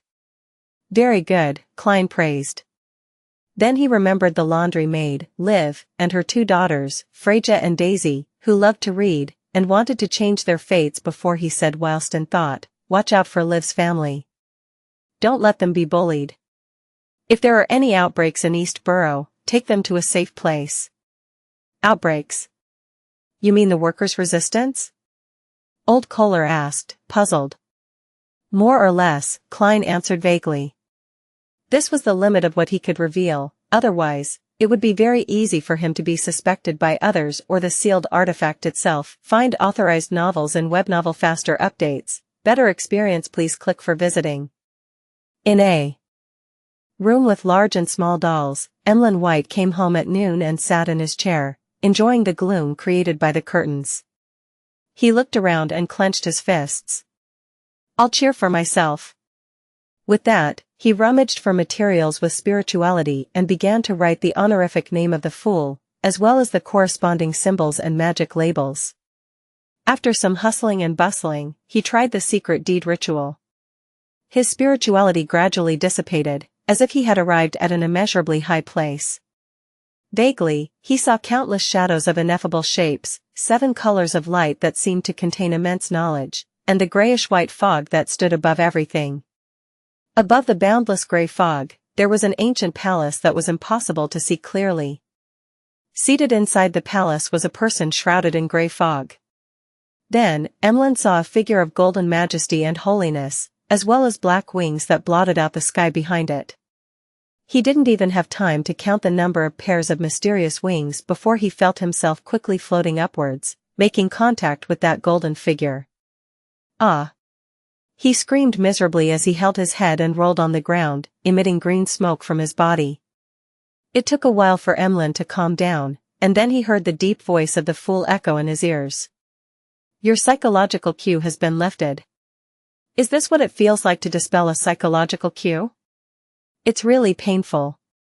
Emlyn sat on the floor, panting, his neatly combed hair falling in disarray. Atop the gray fog, Klein thoughtfully nodded and said to himself, "Indeed, the sun brooch's purifying and dispelling effects can also harm vampires." He had calculated in advance that the sunlight needed to remove the weakened psychological cue wouldn't severely damage Emlyn, so he couldn't be bothered switching to a more complicated approach. And now, the result was indeed consistent with his expectations. After taking care of this matter, Klein took off the topaz pendant on his left wrist and planned to perform a divination. "It is suitable to head to the Red Rose Manor this afternoon." After chanting 7 times in his mind, he opened his eyes and saw the spirit pendulum standing still and not spinning. The difficulty of divining something that involves a grade 0 sealed artifact or a corresponding powerhouse is too high. "I'm unable to obtain any effective revelations." Klein sighed, knowing the gist of the matter. Then, he started to divine if it would be suitable to head to Red Rose Manor tomorrow afternoon, but he received the same signs of failure as an outcome. It's always said that divination isn't omnipotent, and it has now been proven. I have to decide on my own. I have to take this step, otherwise, there's no way for me to leave the stage unnoticed so as to go behind the scenes. The earlier the better, I can't delay it, otherwise, this matter might become completely impossible to recover from. As his thoughts churned, Klein came to a decision. He immediately returned to the real world, put on his double-breasted frock coat and half-top hat, and he walked out of 15, Minsk Street, heading for Prince Edessak's Red Rose Manor. Outside Red Rose Manor, Klein walked out of the carriage whilst carrying his cane. He closed his eyes and calmed himself as he looked at the red-uniformed soldiers standing guard at the door. Since sealed artifact 0-08 has been making coincidences to stop the woman with the sapphire ring from meeting me, there shouldn't be any exception today. There's no need for me to worry about running into her. As long as I fool Prince Edessak with my acting, everything would be fine. Klein thought quickly and walked towards the entrance of the manor. After being searched and handing in the gun holster and revolver, he followed a male servant's lead and walked across the gray slate road, past a fountain spewing clear spring water, and entered the main house. They arrived at the second floor and arrived outside the room that was supposed to be a solarium according to the layout. During this entire process, Klein had his heart in his mouth, worrying that something unexpected would happen. He was afraid that the situation would develop in the worst possible manner. Knock. Knock. Knock. After knocking gently on the door, a male servant approached the door and whispered, "Detective Moriarty has arrived." After a full 10 seconds of silence, a heavy voice came from inside the room. "His Highness has invited him in." The door creaked open and warmth spread outwards, with a temperature that was warmer than the hallway. Under the watchful gaze of the two tall guards, Klein stepped onto the thick, patterned yellow carpet. He took a few steps forward, skirting the cabinet that separated the inside from the outside, and he saw Prince Edessak sitting by the full-length windows, enjoying the rare winter sun of Backland. The round, impressionable face didn't have the slightest trace of a smile, and this naturally created a solemn and repressed atmosphere. Because of the combination of the elegant fireplace and the metal pipes, the room was warmer than late spring. Prince Edessak wasn't wearing a coat, and his upper body was covered with a white shirt with cuffs which resembled blooming flowers and a pale yellow vest. Seeing this, Klein was actually secretly relieved, because the woman wearing the sapphire ring wasn't accompanying the prince. Thus, he quickly stepped forward and bowed. Edessak held a steaming cup of black tea in his hand and didn't invite Klein to take a seat. He maintained his previous expression and asked in a deep voice, "Any results from your investigation?" "No, my divinations, my spirit channeling, my interviews, my investigations all tell me that Talum died of a heart attack," Klein said with a heavy, painful expression with obvious signs of self-blame. "I'm just too weak in every aspect. Your Highness, you should hire a stronger and more powerful helper. Why don't you get someone better?" he added silently inwardly. It was only then that Edessak seemed to clearly notice Detective Sherlock Moriarty's face. He felt as if he had aged considerably, as though he had been unable to sleep at ease for a long time. It wasn't an illusion, because Klein had used his faceless powers before he left to adjust the state of his face, making his skin look dry and lusterless. He made his beard appear messy and his eyebags bigger, darker, and more obvious. Edessak was silent for a moment before he put down the white porcelain cup with a golden inlaid rim. "I understand. It's indeed like forcing a square peg in a round hole. I will have someone else follow up on the matter. Prepare an investigation report and don't leave anything out." "All right." Klein inwardly clenched his fist and quickly took out a folded piece of paper from his pocket. "Your Highness, there's no need for you to wait, as I always have the habit of recording things in writing." After instructing the attendants to take the report, Prince Edessak casually flipped through it and put it aside. "Is there anything else you need?" "No, Your Royal Highness, please allow me to take my leave." "Ah, right, I will be heading south for some time. I want to use the warm sunlight there to melt the pain in my heart." Klein sighed in response. "It's a New Year's custom of many in Lone." Prince Edessak nodded slightly and turned to Funkel, the old butler. "Send Detective Moriarty out and get him a carriage. The nearest town to Red Rose Manor is a 15 to 20 minutes walk. I'll have to hire a carriage when I get there." "Yes, Your Highness," the old butler bowed and said politely. Klein didn't let down his guard and quickly took his leave. He followed the old butler all the way to the entrance of the manor and took back his underarm gun holster and his weapon. Less than a minute later, he was seated in a Red Rose Manor carriage. He leaned against the carriage wall and watched the manor turn smaller as the distance grew. Klein relaxed and let out a long breath, letting his hanging heart calm back down to its original position. He knew that he had left the center of the stage. After that, it's time to bid farewell to Backland and head south, a complete curtain call. After that, I'll change my looks and sneak back in secret. He calmly considered his subsequent plans. Suddenly, his spirituality stirred as his spirituality tensed up as he saw the door to the carriage quickly open and then silently close.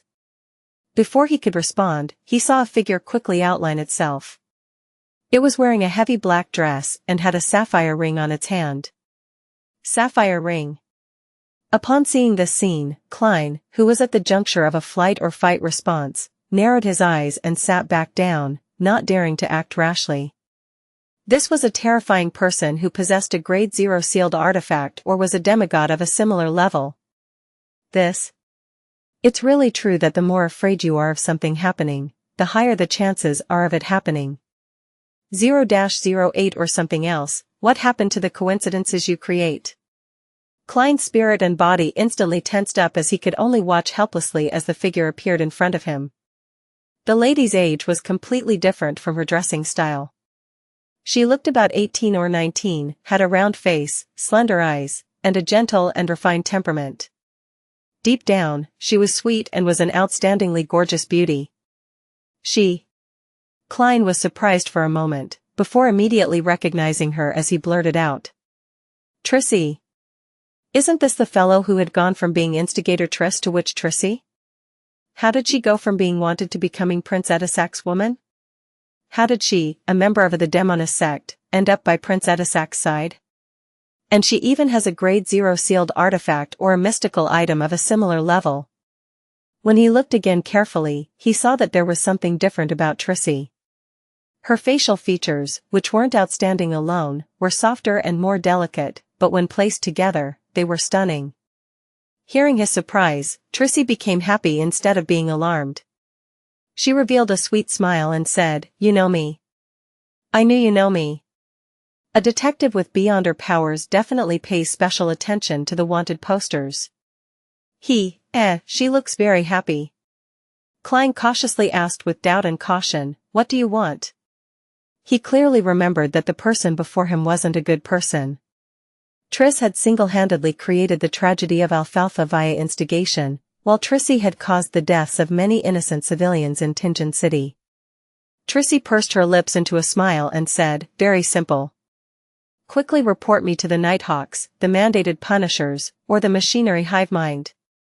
Get them to come here and capture me." "Calling the cops on yourself? This transvestite, this woman must be insane." Klein was a bit at a loss. He soon figured out the meaning behind her message. Trissy would rather be locked up behind Cheney's gate than stay at Red Rose Manor. She's trying her hardest to get out of here. Simply put, she believes that this place is more dangerous and more despair-inducing than being caught by the Nighthawks and mandated punishers.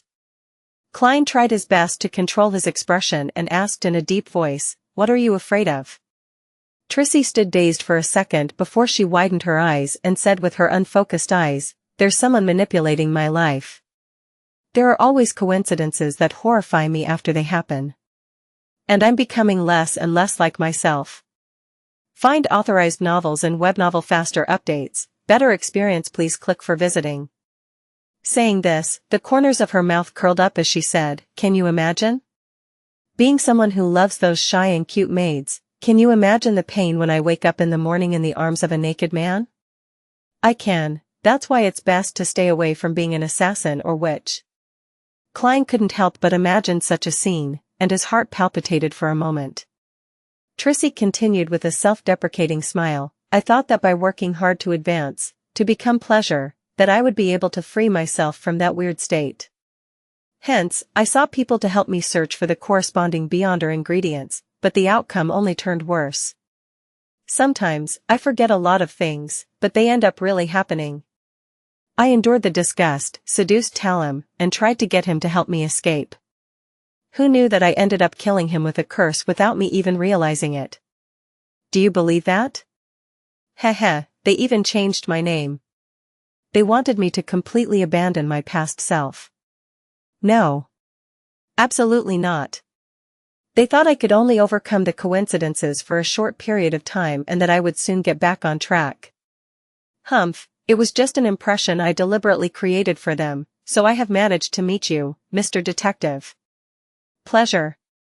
Demonis. Ingredients. Klein suddenly remembered that in the Beyonder gathering held by old Mr. Eye of Wisdom, Isengard Stanton, there had been a person who had requested to purchase the main ingredients of the Demonis of Pleasure potion. With him being aware of the formula, he instantly noticed it on the spot, but he had chosen to ignore it. He gradually forgot about the matter with time. So that was Trissy's helper. Was she already by Prince Edessak's side back then? Why do I somehow feel that her present smile looks so miserable but beautiful? A Demonis of Pleasure is sick. Klein took a breath, his thoughts in a jumble. As he was organizing his thoughts, he asked casually, what did they change your name to? Trissy furrowed her beautiful brows as she answered with a somewhat blank look in her eyes, Trissy Cheek. Trissy Cheek. Cheek. Cheek. Klein suddenly raised his head, his whole body turning numb once again, as stiff as a marble statue. At this very moment, there was only one page of Roselle's diary that was madly reverberating in his mind. June 5th. I obtained an ancient book. It actually mentions the primordial Demonis name. Her name is Cheek. Cheek. The goosebumps on Klein's skin surfaced uncontrollably as he looked at the beautiful young lady with her misty eyes and furrowed eyebrows. The goosebumps were distinct and were accompanied with cold sweat. At this moment, he felt as if he had returned to Tingen, back to the Blackthorn Security Company, and was about to activate his spirit vision to observe Megos and the baby in her womb. The fear that resulted from his instinct was so clear that it felt like a giant hand tightly gripping onto his heart. He finally understood that the thing interfering with the gray fog and his divinations wasn't a grade 0 sealed artifact or a mystical item of the same level. There was something even more terrifying hidden within Trissy's body.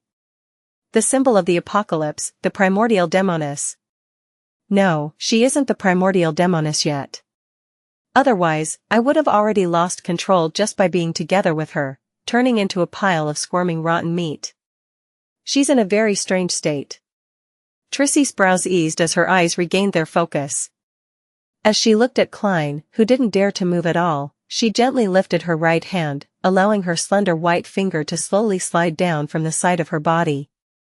With a bit of grievance, seduction, and malice, she laughed and said, if you can inform the Nighthawks, the mandated punishers, and the machinery hive mind about this matter, and I happen to meet you before they arrest me, I don't mind letting you know what true pleasure is. Klein's gaze subconsciously followed the movement of her fingers, and all sorts of mind-blowing details surfaced in his mind. They aren't considered big, but they are very firm. What am I thinking? What am I looking at? Is this the seductive powers of a Demonis of Pleasure? Ignoring the fact that you were once a man, even if you were a true lady, without having committed many heinous crimes in the past to lessen the psychological rejection I have, I wouldn't dare to. If you were to suddenly awaken as the primordial Demonis, even the fool can't handle that. Klein silently sighed, raised his head, looked at the carriage's wooden roof, and said, do you think that I, an ordinary low or mid-sequence Beyonder, would have the ability to escape the pursuit of the royal family? I think they've already discovered that something is wrong, and they're about to take action. Trissy felt somewhat smug that Klein didn't dare to look straight at her.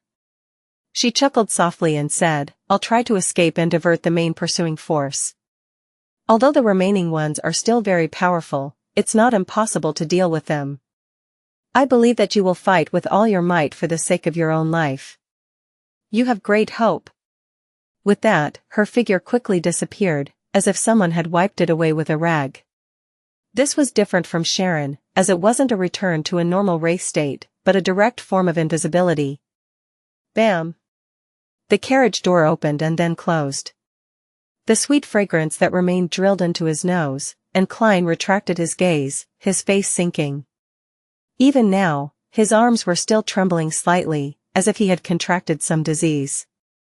If it wasn't for his rich experience, even though he had faced the son of an evil god in the real world with a belly in between them, he, who knew what the name Trissy Cheek meant, wouldn't have been able to bear the terrifying pressure and would have collapsed on the spot. It was akin to having a rubber band stretched too tightly to the point of tearing. It seems like Trissy still doesn't know what's happening to her body. She also doesn't know the meaning behind the name cheek. Klein quickly calmed his thoughts, looked out the window, estimated the distance, and counted the time. His spiritual intuition and corresponding experience told him that doing anything in such a situation was better than nothing. Therefore, with the danger of being silenced at hand, he was prepared to try his best to save himself. 3, 2, 1. Klein suddenly opened his eyes and snapped his fingers. At the edge of the road, a small fire ignited on a tree with only withered branches left. The flames quickly soared into the sky. Several matches inside his pocket, that Klein had intentionally divided up, burst into flames, and a crimson color engulfed his black attire. His figure disappeared from the interior of the carriage, and he walked out from the flames by the roadside. Pa! Pa! Pa! He kept snapping the fingers on his left hand repeatedly, his figure constantly flashing through the sparse, withered forest. He rode the flames and rapidly arrived deep in the forest which couldn't be seen from the outside. Then, he paused and pulled out the accessory hanging around his neck. He always knew very clearly that there were hidden elements behind this matter. Therefore, for his visit to Red Rose Manor, he abided by the rules of a magician. He had made some preparations beforehand, such as separating his matches and carrying a number of his mystical items on him. Among the mystical items, the biological poison bottle and the sun brooch were involved in the Capim and Wraith incidents. Therefore, out of caution, he left them above the grey fog. As for the all-black eye which was left behind by Nimblewright Master Rosago, it was difficult to get past the manor guards, hence, it was met with the same treatment. Finally, other than the 3 kinds of bullets, purifying bullets, demon-hunting bullets, and exorcism bullets of purification, he only brought along 2 mystical items. The first was the master key that allowed him to pass through obstacles. The side effects of getting lost could be offset by dowsing. Furthermore, it looked like an ordinary key, so it wasn't easily discovered. The other item was a key element of Klein's preparations, Edessak's copper whistle. Simply put, when he faced a danger he couldn't handle himself, he could ask for the help of a powerhouse. After that encounter, whether I recognize Trissy or not, I am definitely on a kill list. There's a high chance that I've been targeted by 0-08. There won't be any negative effects getting Mr. Edessak's help. Well, that's if 0-08 has been behind all the coincidences. Klein raised the cold ancient copper whistle and put it in his mouth, blowing on it. Without a sound, he activated his spirit vision and saw the white bones that gushed out from the ground like a fountain. He saw the nearly 4-meter-tall giant messenger taking form. It lowered its head and looked at him with his eye sockets burning with black flames. That huge body gave Klein a sense of security. He took out the pen and paper he carried with him and wrote a word, help. Next, he folded the paper and stuffed it into the messenger's hanging palm. After the messenger had disappeared, he put away the copper whistle, deliberately put on a prayer posture, and quickly chanted the honorific name of the fool. Honorable Mr. Fool, my investigations have borne fruit. The woman Prince Edessak fell in love with is witch Trissy from the Demoness sect. She has already advanced to Demoness of Pleasure and the upper echelons have changed her name to Trissy Cheek. After quickly making the report, Klein didn't bother to hide his identity and immediately took 4 steps counterclockwise to head above the grey fog. Then, he retrieved the scenes of him praying, and he threw it into the crimson star symbolizing Miss Justice. He tried his best to feign a mocking tone and added in a supercilious manner that was congruent with the style of the fool, Cheek, hee, that's the true name of the primordial demoness. After doing all this, Klein immediately returned to the real world, ready to run for his life. He had only taken a few steps when his eyes suddenly lit up. He subconsciously raised his head and saw several meteors burning with raging flames falling from the sky, tearing through the sky and enveloping the entire forest. At that moment, the scarlet light shone into Klein's eyes, giving him an indomitable feeling. He had never expected that the person he was up against would send meteorites from the sky to silence him. On a yellowing notebook, a seemingly ordinary quill wrote. For unknown, inexplicable reasons, the Dallas meteor shower arrived at the planet 2 days early. A portion of them just happened to land in the forest where Detective Sherlock Moriarty was hiding. Yes, just happened. Tuesday afternoon, in Audrey's study. The teenage girl, who was about to reach adulthood, was listening intently as Mrs. Escalante explained the connection between the intersection of spectator and telepathist powers with mysticism psychology. Beside her feet, Susie was sitting there attentively. Suddenly, she saw the endless gray fog and a blurry figure in a prayer position in what appeared to be a forest. Soon after, the words reached her ears. Prince Edessak. The Demoness sect. Which Trissy? Demoness of pleasure. Trissy cheek. Audrey automatically filtered out the irrelevant details and noticed the most important words. So that's the reason. The person Edessak fell in love with is a demoness. Furthermore, many of the demonesses are transformed men. Why do I feel like laughing? Is this why he will bring danger to Backland? Well, I have to warn father. But what method or excuse should I use? Audrey tried her hardest to control her expression and gaze, but her mind wandered. At this moment, she saw Mr. Fool leisurely sitting at the end of the long bronze table. She heard him say in a gentle tone with a hint of ridicule in his voice, "Cheek, hee, that's the true name of the primordial demoness." The true name of the primordial demoness. The primordial demoness. As her mind buzzed, Audrey's expression instantly collapsed. What's wrong? As an observant telepathist, Escalante immediately noticed that something was wrong with Miss Audrey. Find authorized novels and web novel faster updates. Better experience, please click for visiting.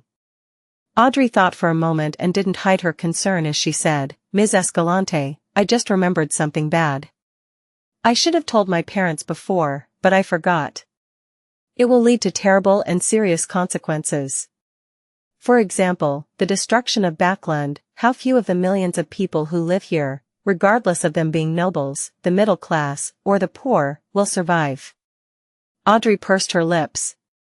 Her concern couldn't be hidden in her sparkling, emerald-like eyes. Escalante frowned and said, will it be too late to do it now? It's better than not doing so. Ms. Escalante, please wait for me. No, you should leave first. Audrey entered her spectator state and calmly made her decision. Then she got up and left the study and went into the hallway. Father has gone to the House of Lords. Only Mother is at home. But what should I say? Audrey frowned slightly. She didn't slow down, nor did she increase her pace. Next to her were her personal maid and her huge dog, Susie. Gradually, she had an idea. When she arrived at the living room where her mother was, she had already made up her mind. Taking a light breath, Audrey felt an unusual sinking sensation on her shoulders. Then, without hesitation, she knocked on the door. Lady Caitlin was sitting on a sofa in the activity room, with the deputy butler, butler's assistant, and the attendant of the corresponding services seated opposite her. She was meticulous as she gave instructions on various things to take note of for the dinner banquet that night. This continued until her daughter, Audrey, came to her side. Mother, I have something to tell you. Audrey swept her gaze across the other people in the room. On the way to the activity room, she had felt a slight tremor, but she didn't discover anything unusual. Lady Caitlin looked around and nodded. All of you can return later. The activity room turned silent very quickly and even Susie was signaled by Audrey to leave. You should stay by my side more often and learn how to handle matters. Although you don't lack such content in your family lessons, it's still profound knowledge on how to effectively combine theory with practice. Lady Caitlin, who looked to be in her early 30s despite being in her 50s, smiled and educated her daughter. All right, my little angel, what is it? Audrey tried to produce the elegant smile she'd practiced in etiquette class, but she found herself with a heavy, nervous smile. She pursed her dry lips and directly said, Mother, I've been hiding something from you and Father. Oh? Lady Caitlin tilted her head, waiting for a further explanation. Audrey's words were a little staccato at first, but then they immediately became smooth and fluent. I'm already a Beyonder, the kind of person who possesses miraculous powers by consuming a potion. The blonde Lady Caitlin raised her eyebrows lightly and answered without any hint of surprise, I know. Both your father and I know about it. Huh? Audrey was momentarily at a loss as to how to continue. Lady Caitlin covered her mouth and laughed. You took so many mystical ingredients from the vault, and you were so naive to think that your father and I didn't notice? By your father's side, in this villa, and in the fief of our family, there's no lack of beyonders. They may be a result of a simple employment relationship, or they may have been assigned by the Church of the Goddess, or they may have been members of the Hall family. His Majesty has tacitly agreed to such matters, and we have also tacitly consented to your little adventures. Sigh, you will eventually grow up and mature. Your father and I will never be able to protect you under our wings forever. You will have to face certain matters alone, so having additional powers to aid you as a trump card is good too. Yes, according to the general knowledge that I'm aware of, the initial stages shouldn't be that dangerous, and advancing will require 1 to 2 years, or maybe even 3 years. So, your father and I aren't too anxious, and we intended to wait until you become an adult to give you a word of warning so that you can stop at your present state. No, Mother, your general knowledge is wrong. You don't know the acting method. If I have all the ingredients, then I can become a Sequence 7 psychiatrist before the new year. Moreover, I do not wish to stop. The death of Duke Negan has made me understand that the world isn't as stable and peaceful as I thought it was. I want to have the power to protect all of you at critical moments. Mr. Fool is gradually recovering, and evil gods are making repeated attempts to descend. Although I'm still immature and lack the necessary knowledge, I can sense the hidden, indescribable dangers from these matters. Audrey had always known that she couldn't avoid the problem of taking beyonder ingredients from the vault, but she thought that perhaps by chance, her parents weren't aware of the specific effects of those items. At most, they would suspect that she was getting deeper and deeper into her mysticism enthusiast circle. After releasing the burden in her heart, she paid no notice to her mother's exhortation and said, Mother, I later joined a secret organization, one that's more academic and doesn't worship evil gods. Please forgive me for not being able to say its name and details, but I've already made an oath. Without waiting for her mother to ask, she cut to the chase. I received word today that the commoner girl who Prince Edessak has fallen in love with is a demoness. I don't know what kind of plot they are plotting. The first 2 sentences of hers didn't contain any absolute connection. The former referred to the psychology alchemists, while the source of the latter was the tarot club, which was Mr. Fool. Through this arrangement of sentences, every word she said was true, one that could be confirmed through divination. However, it would make people believe that her news came from the secret organization known as the Psychology Alchemists. The smile on Caitlin's face gradually disappeared as she solemnly asked, Demoness? She didn't know much about the mysterious world, but the very word was enough to make her sense the evil and become uneasy. Audrey quickly nodded. Yes, a demoness of pleasure. And what scares me even more is that her name is Trissy Cheek. What's wrong with that? Her mother asked, puzzled. A member of that organization has seen the name Cheek in an ancient book, Audrey said, the lie that she had already planned for. Whether it was her tone, her words, the details of her expression, or her body language, they were all flawless. In the 4th epoch or earlier, it's a name that belonged to the primordial demoness. Immediately after, she gravely added, that's an evil goddess. Lady Caitlin didn't understand what the primordial demoness meant, but she knew exactly what an evil goddess meant. She couldn't sit still any longer and quickly replied with a question, Are you sure? I'm not sure. Audrey didn't doubt Mr. Fool at all, but she couldn't say so openly. No matter what, I think it's necessary to seek the royal family, get the beyonders of the Church of the Goddess to confirm the matter. If it involves an evil goddess, it's always the right decision to be cautious.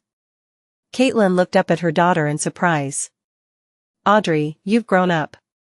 If it weren't for the urgency of the matter, Audrey would have pretended to be reserved upon hearing such praise. She would first modestly wheedle, then return to her room in glee. She might even twirl into a dance. But now, she couldn't care about that at all. She quickly let her worry and nervousness surface on her expression. Mother, can you help me hide the truth? I heard that the Beyonders of the church and the royal family abhor secret organizations that aren't a part of them. Well, you can say that it was news which father received. He should have plenty of channels for information. Caitlin stood up and gave her daughter a hug. Don't worry, neither your father nor I will involve you in this. Your father won't be back until evening. I'll first let the hidden guards appear, pretend that he sent a message, then I'll get the Church of the Goddess to send Beyonders to protect our family. All right. Audrey replied happily. At that moment, she finally breathed a sigh of relief. She was exhausted from maintaining her prolonged high level of tension. Looking at the few burning meteors crashing down at a high speed and enveloping the whole forest, Klein actually had the thought of waiting helplessly for his doom in despair. Even if he continuously used flaming jump, it would be impossible for him to escape the forest and the dangerous epicenter before the meteor shower landed. Moreover, the weak body of a Beyonder from the seer pathway didn't allow the possibility of him withstanding a head-on meteor strike. Even a zombie that wouldn't be wounded by a revolver would immediately be turned into minced meat under such an attack. Moreover, it would become charred black. Flaming jump. The yellow-white light shone into the depths of his eyes, quickly giving Klein, who had not given up, an idea. In a situation that was depicted in seconds, he didn't hesitate. He did whatever that came to his mind. Find authorized novels and web novel faster updates. Better experience, please click for visiting. Pa. After silently calculating the distance, Klein snapped his fingers and ignited all the remaining matches in the matchbox. A streak of crimson-red light soared into the sky, quickly enveloping his figure within it. Klein disappeared without a sound, appearing in the flames above the meteor. Whoosh! The meteor rapidly descended. The moment he leaped out of the flames, he was away from the meteor's vicinity, entering a region of air with frighteningly high temperatures. At the moment when he used his Beyonder powers to jump, Klein was immune to ordinary flames even if the temperature was rather high. However, upon exiting that state, he had to do his best to avoid the flames via flame controlling. Otherwise, he would suffer burn wounds and even burn to death. In addition, the hot air wasn't within his jump range. Pa. Klein snapped his fingers again, causing the air at a critical point to ignite. He phased into another flame, trying to avoid the first blast upon the meteorite's impact.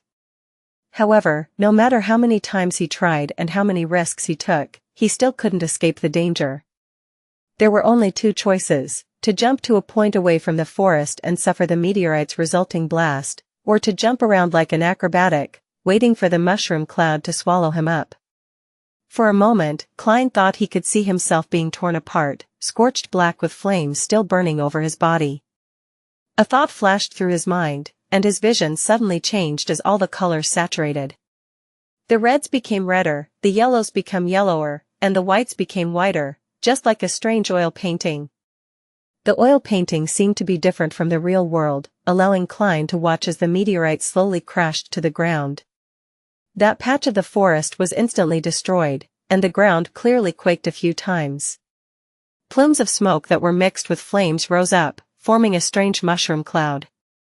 Such an impact didn't affect Klein, because the blast simply didn't enter the superposed, still oil painting world. Klein was stunned at first before he saw the human figure next to him. The figure had bronze skin with a medium build.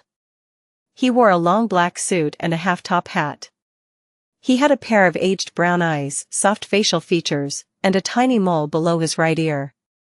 Mr. Edessak! Klein cried out in joy. He finally knew what scene the revelation from the divination he made a long time ago corresponded to. It corresponded to the present. The sea of blood represented a perilous situation, and being pulled up by Mr. Edessak meant being rescued because of him.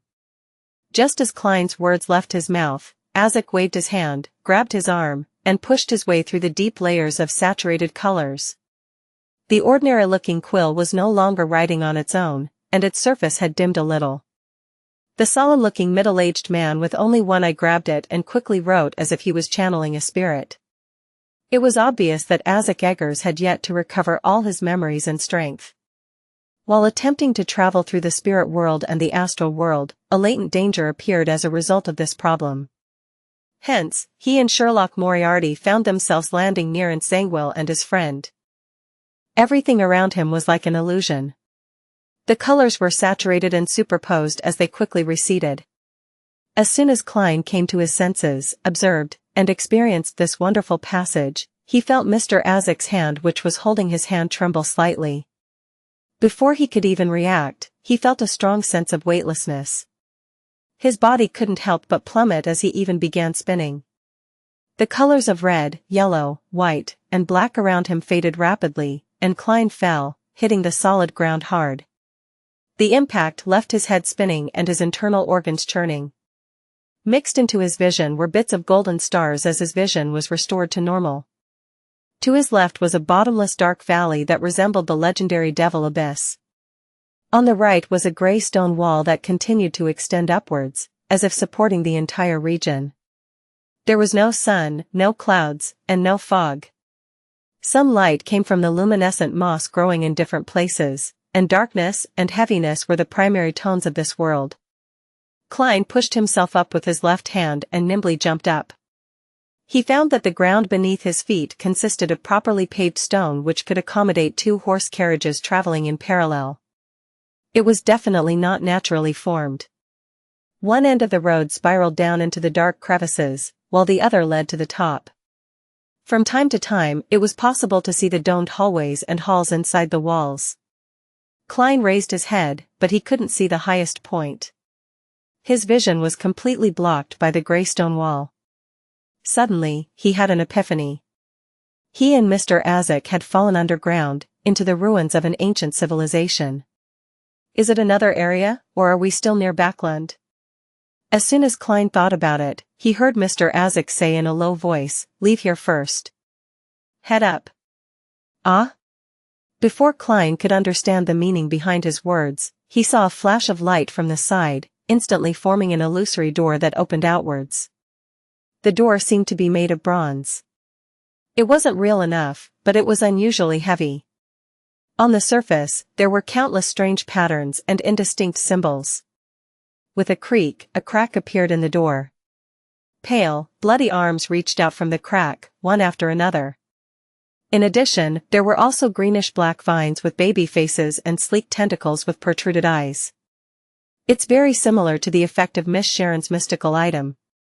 While he was in thought, Klein noticed that the arms, vines, and tentacles were no longer as crazy as before.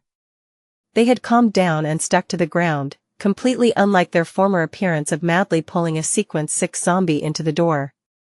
Immediately after, the gap between the doors widened, and a human figure emerged from it.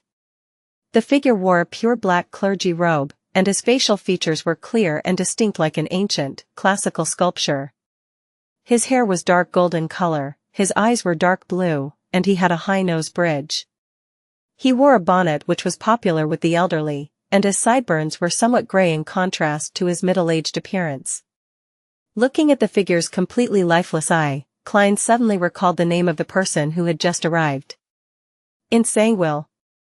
The former archbishop who had directed the Tingen incident and dealt heavy damage to the Nighthawks team, as well as being the owner of sealed artifact 0-08.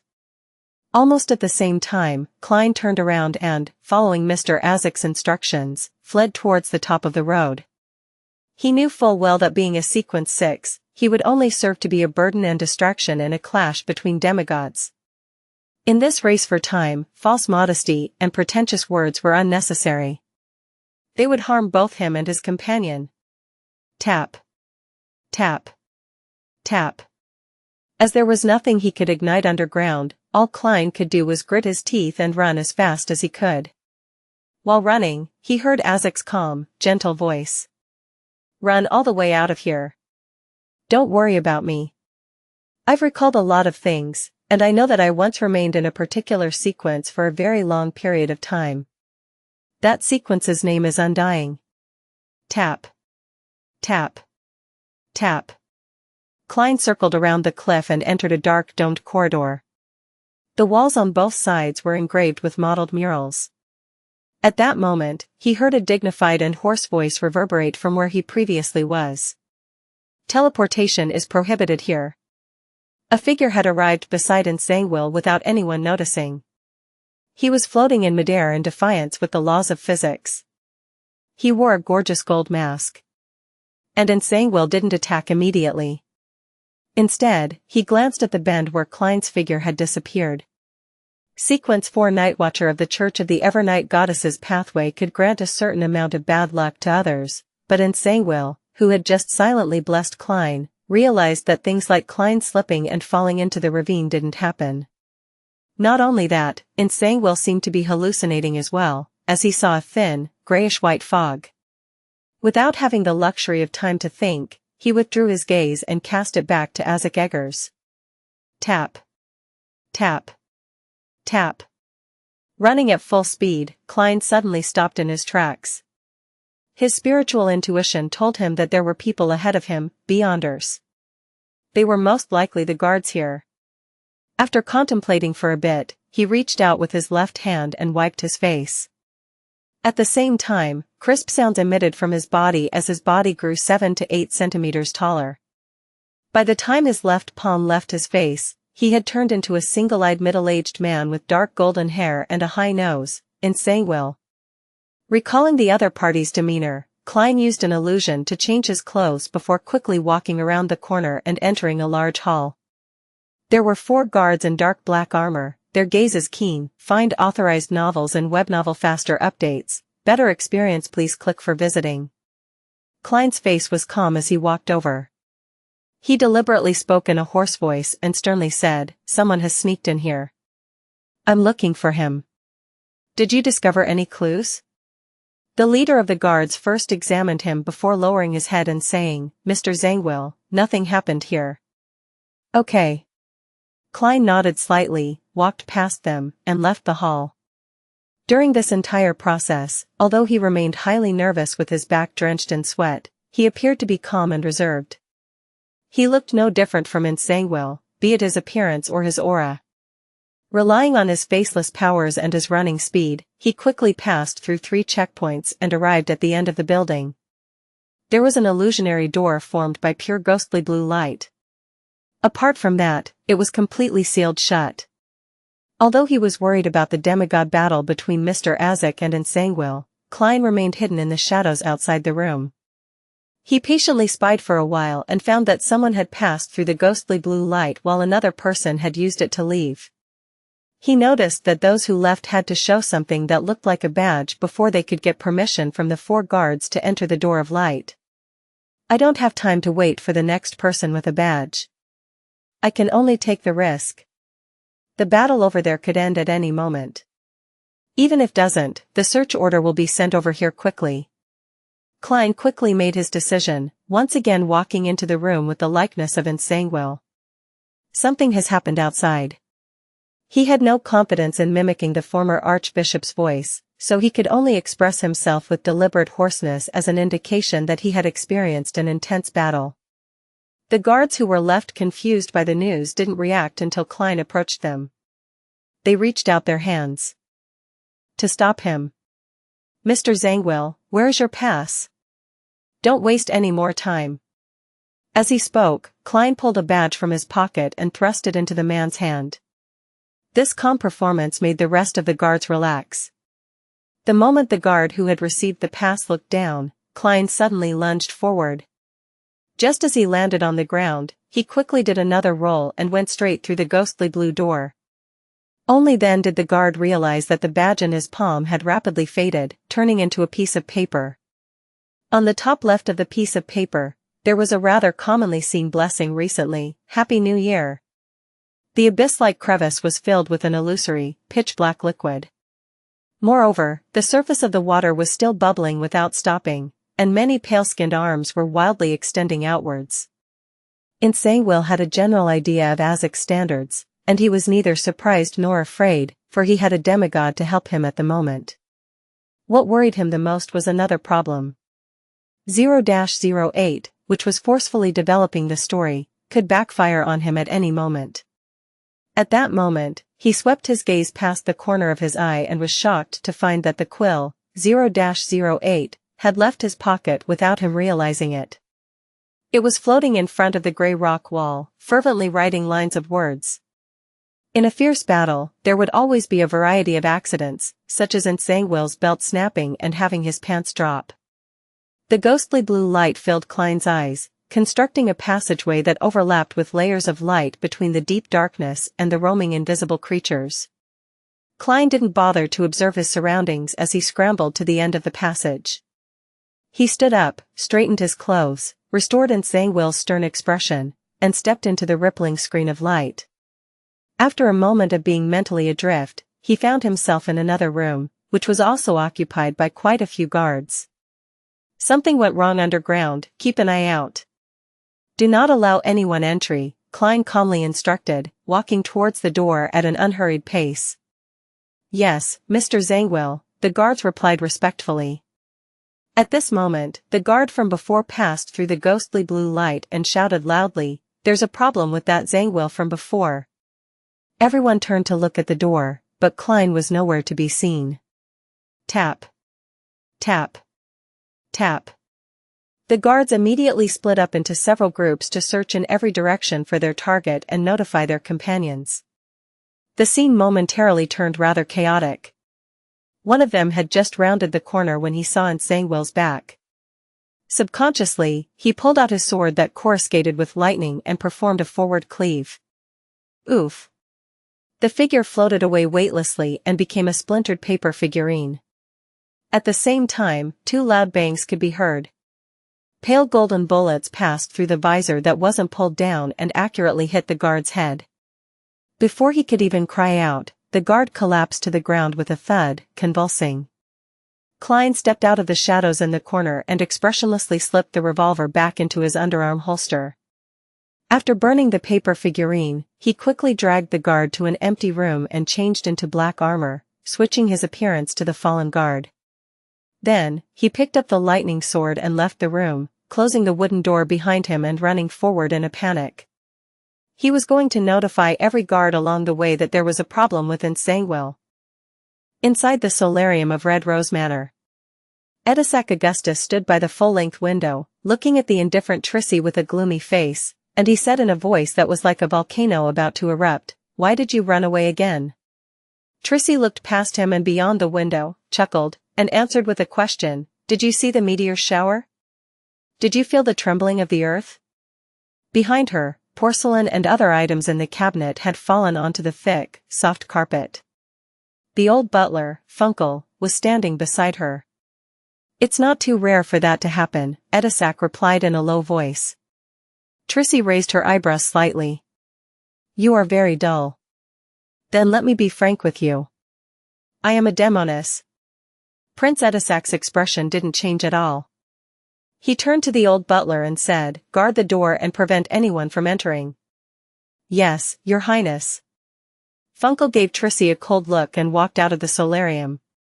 When he heard the door close, Edessak exhaled slowly. "Trissy cheek, you prefer to be called Trissy. I know you're a demoness. The person who helped you purchase the Beyonder ingredients failed. What you received was provided by me. I don't mind that my princess consort is a witch or a demoness. I've even seen your wanted poster." Trissy was surprised at first, but she then revealed a mocking smile. "You sure know a lot. Did you know that I was once a man, and that my real name is Triss?" "What?" Edessak's eyes widened, and he tilted his head a little, as though he couldn't believe what he had heard. Upon seeing this, Trissy couldn't help but laugh. She laughed so hard that she frantically bent back and forth like a lunatic. "Haha, you didn't make a mistake. I was once a man. I used to be like you, and the thing down there was longer and thicker than yours. However, the witch potion had forcefully changed my gender. Are you disgusted? Does it give you goosebumps?" She vented the words she had been repressing all this time before taking 2 steps forward. Edessak instinctively retreated, his Adam's apple moving involuntarily. "No, it's not like that.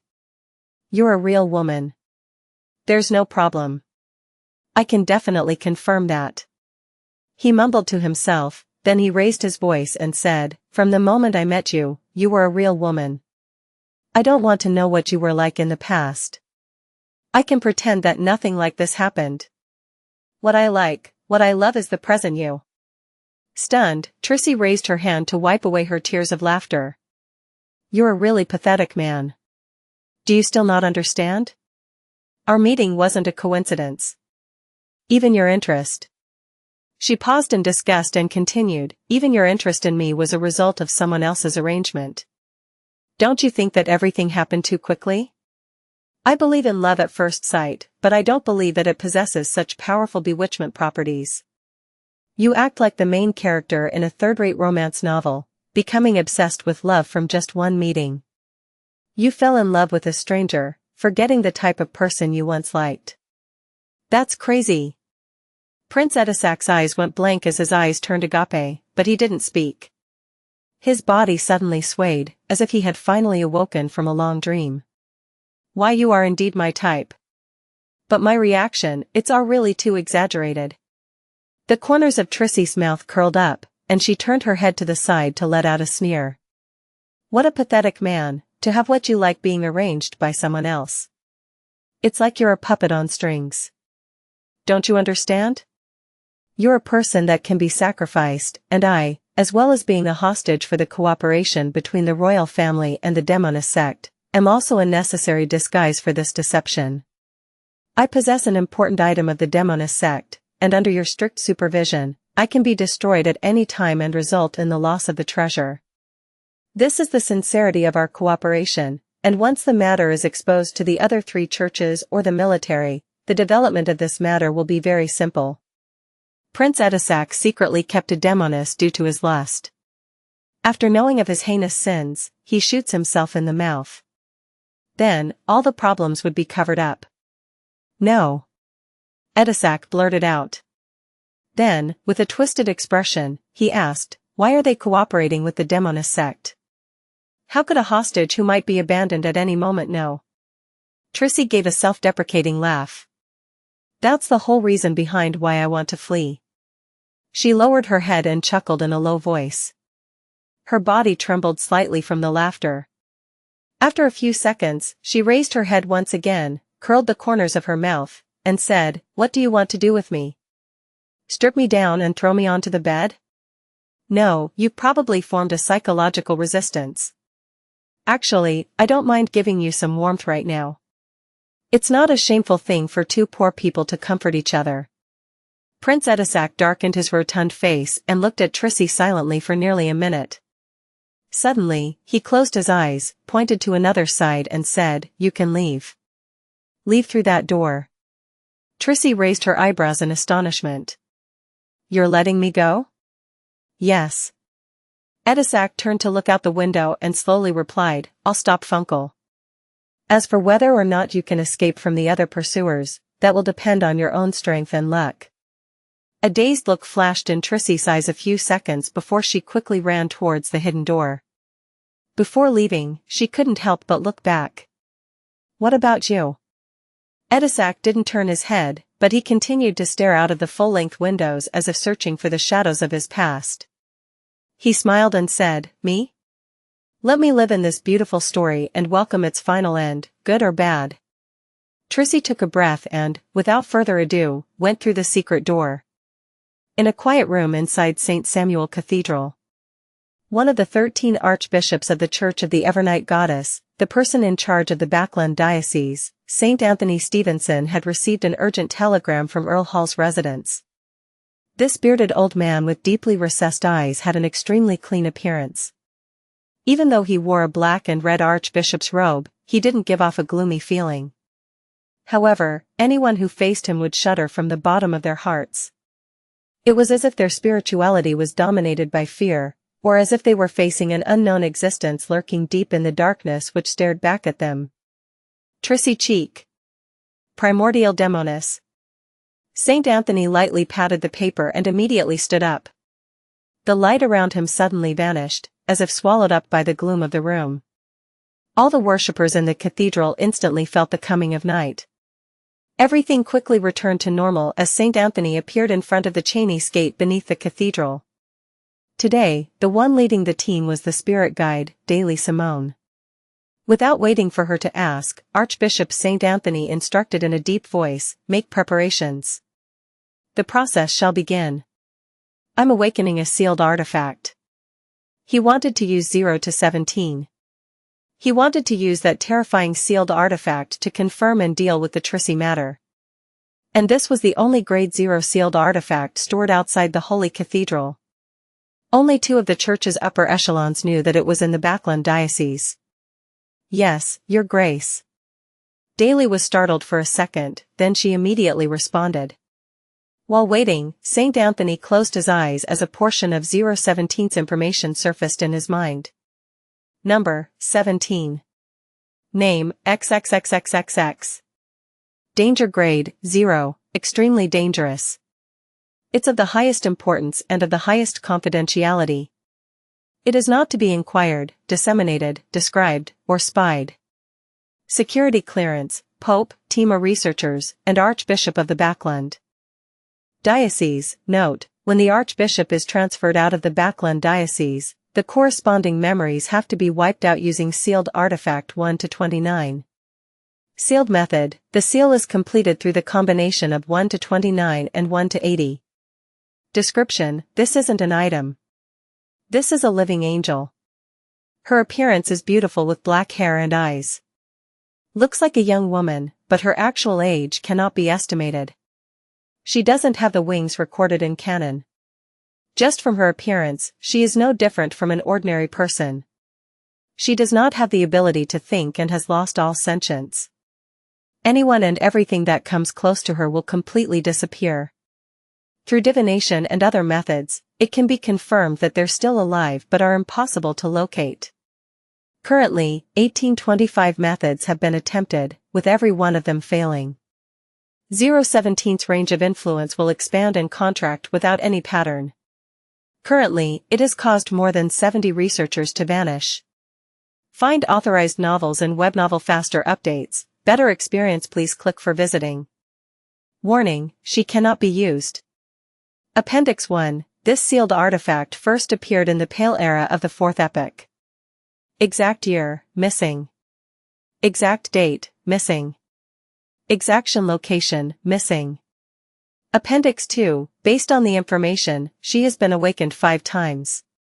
By passing on the message to search for the ensanguined imposter, Klein, with the help of divination, overcame the interference of the master key and ran all the way to the exit given to him from the revelation. He knew very well that with a carpet-style search, the corpse in the empty room would soon be discovered, so he had to race against time to get to the exit. A Faceless powers should be matched with a mystical item that can destroy corpses and clean up my tracks. Having gained true knowledge from practice, it didn't take Klein long to cross the checkpoints and patrolling teams before he arrived at the exit where the divination pointed him to. However, what made him even more surprised was that there were no guards here, only a heavy stone door standing there by itself. What's going on? Why is there no one guarding the exit? Was my divination misguided, or are the guards outside? As his thoughts raced, Klein found a corner and took off his armor, restoring his lightweight and agility. Then, he came to the stone door that opened outwards and groped his way to the corner of the left wall. After carefully checking with a gold coin, Klein took out the ancient bronze key. He leaned it against the wall and gently twisted it. Water ripples appeared as they spread out slightly. Klein silently passed through the wall, without taking the door. The first thing he saw was the natural light that fell from the dome, which meant that this place was really an exit. Klein carefully stood motionless as he quickly adapted to the light. He saw neat but mottled gray stones under his feet and thick pillars in front of him. In the middle of the hall, 4 hooded figures knelt around what appeared to be an altar. Soon after, Klein heard a soft but gentle female voice. "Mr. A, are you ready?" "Mr. A? Mr. A of the Aurora Order?" Klein, who had intended to cling towards the walls and shadows and proceed towards the door, shrank back silently. Ensanguined should be working with some faction of the royal family. Those who are able to excavate and hide such a large underground ruin near Backland must be one of the main powers in the Lone Kingdom. With Ensanguined and 0-08 participating in this matter, the Church of the Goddess can be ruled out. Although the people of the Lord of Storms are a bit reckless and male chauvinists, it's unlikely that they will work with the demonist sect. At least until now, there have been no Beyonders who appear to be of the Sailor pathway. In the same way, the Church of Steam and Machinery aren't likely suspects. Even the Aurora Order is involved? What are they trying to do? Klein leaned his back against the wall and slowed his breathing, thinking and listening to the conversation in the middle of the hall. After a short period of silence, a hoarse voice sounded, "It's done." The answer was so concise that Klein couldn't make out what they were planning. The melodious and pleasant voice from before laughed in a low voice, "You don't seem to trust us very much." "That's right," Mr. A answered bluntly. "Heh, then I'll be frank and describe our goal and why I'm seeking your cooperation." The gentle female voice didn't sound angry at all. "We've done certain things and left behind clear traces.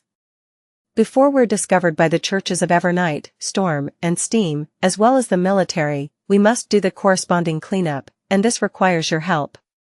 "Yes, it seems like you don't really understand what I mean, so let me give you an example. Imagine you performed a heinous crime like murder in a house, so what's the best way of eliminating any evidence and clues? There's no need for that. It's our goal to have others witness such an act," Mr. A said indifferently. "As expected of a member of the Aurora Order. They're all a bunch of lunatics." Klein made a preliminary identification of the speaking man to be Mr. who had killed the Intis ambassador. "Suppose it were me, not you." The clear, soft female voice had a faint wheezing sound. After a second, Mr. A replied, "Burn that house and bury all the clues there." The clear and gentle female voice had a smiling tone. "That's exactly what we planned. I'm in charge of committing arson, while you can use this opportunity to go with this development to create a passageway or vessel, so as to allow your lord to descend upon this world. And the only price you guys have to pay is to bear all the infamy and gain the most enmity from the military and the three churches. But I don't think you would mind that. As long as we can welcome the return of the Lord, even if we're abhorred by every single force, we won't show any sign of cowardice." Mr. A's tone no longer appeared indifferent and distant. "Arson? The Aurora Order will take this opportunity to complete the ritual for the arrival of the true creator? This is probably the third time. Why did I bump into this again? What a f*** king bad twist of fate." Klein couldn't help but curse inwardly in Chinese. At this very moment, he was extremely curious and wary against the things that were plotted by this particular royal family faction, Insangwil, and the demonist sect. It was terrifying enough to even use the descent of the true creator as a scapegoat. Perhaps they've kept some cards up their sleeves and will eventually destroy the Aurora Order's ritual in the end and destroy all the other factions except themselves. Klein calmly thought while feeling tense. "It appears like you have no other questions," said the gentle female voice. "This place is sufficiently well hidden and can be used for the required setup. You can do your ritual here at ease and won't need to worry that it'll be interrupted before you succeed. As for the things outside, we've already finished our preparations a long time ago. It's just waiting for the ignition of a spark. If you still have doubts, then you can make another round of checks." Just as Mr. A was about to speak, Klein heard a dull thud.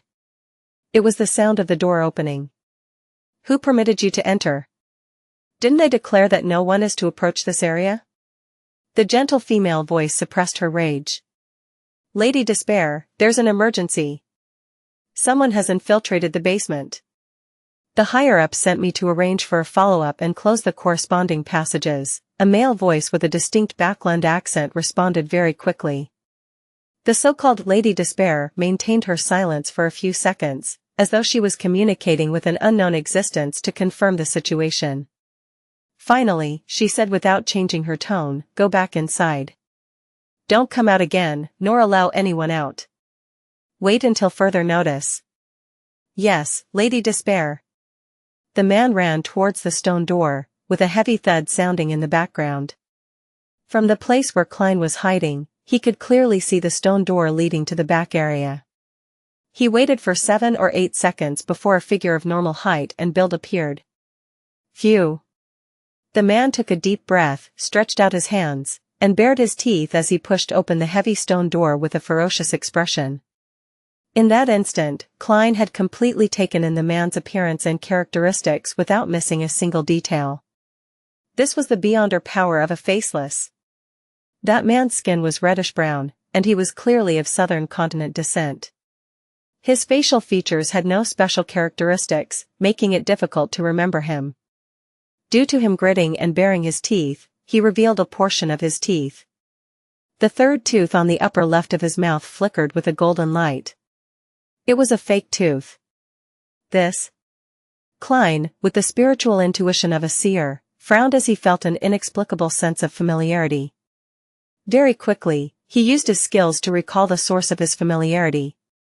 The hanged man had once requested the Tarot Club members to find a man with reddish-brown skin and a thick Backland accent who had the third tooth on his left missing. The man's name was Balin, and he was involved in the escape and disappearance of many colonial island slaves. And at this moment, the man in front of Klein was almost identical to the Balin that was described by the hanged man. The disappearance of the colonial island slaves. The many tribes of the southern continent vanishing into thin air. Balin's appearance here. Capim, who took a large share of the underground slave trade, was protected by 4 Beyonders suspected to be of the Arbiter pathway. Among them, the strongest was a Sequence 6, and even a Sequence 5. Capim constantly targeted relatively innocent girls in his abductions. The passing of the Grain Act, the improvement of the textile machines all resulted in a large number of people losing their jobs. Many female textile workers silently left East Borough after receiving new jobs, not leaving any clues. The scattered dots instantly formed a line in Klein's mind, pointing directly into the depths of the earth. What are they up to, that they need such a large number of people, as well as so many pure and innocent girls? A ritual? An extremely terrifying ritual that takes a very long period of time while being held in secret? Klein's pupils suddenly contracted. Creak. Bang. The stone door closed and Balin disappeared from his sight. The hall was silent for a few seconds before Mr. A's deep and hoarse voice rang out again. I smell an accident. Let's begin. We need to hurry before it arrives. Lady Despair responded slowly, that's exactly what I was thinking. But I need you to send me to East Borough. East Borough? Klein had a bad premonition. No problem, Mr. A answered with a lack of emotion. Under the hood, a transparent and blurry book appeared in front of him. Accompanied by a distant and indistinct chant, he said, I came, I saw, I record. The book quickly flipped open and stopped at one of the pages. Soon after, it began to emit a light blue and illusory light. The light enveloped the white-robed Lady Despair, causing her figure to blur at first, then becoming indistinct. In an instant, Lady Despair saw countless indescribable silhouettes. She discovered lustrous brilliances which contained the bright and pure splendor of endless knowledge at the highest point. Her body was being dragged forward by a strange force as she rapidly tore through space. Not long after, she left her original spot and arrived at a secluded, uninhabited, and filthy corner of an alley. She pulled down her veil to cover her face and looked up into the sky. The afternoon sun had once again been obscured by clouds and fog, turning pale and dark. The light yellow fog wasn't particularly thick, and it sank down to every corner of Backland, giving off a slight choking sensation amidst its coldness and moisture.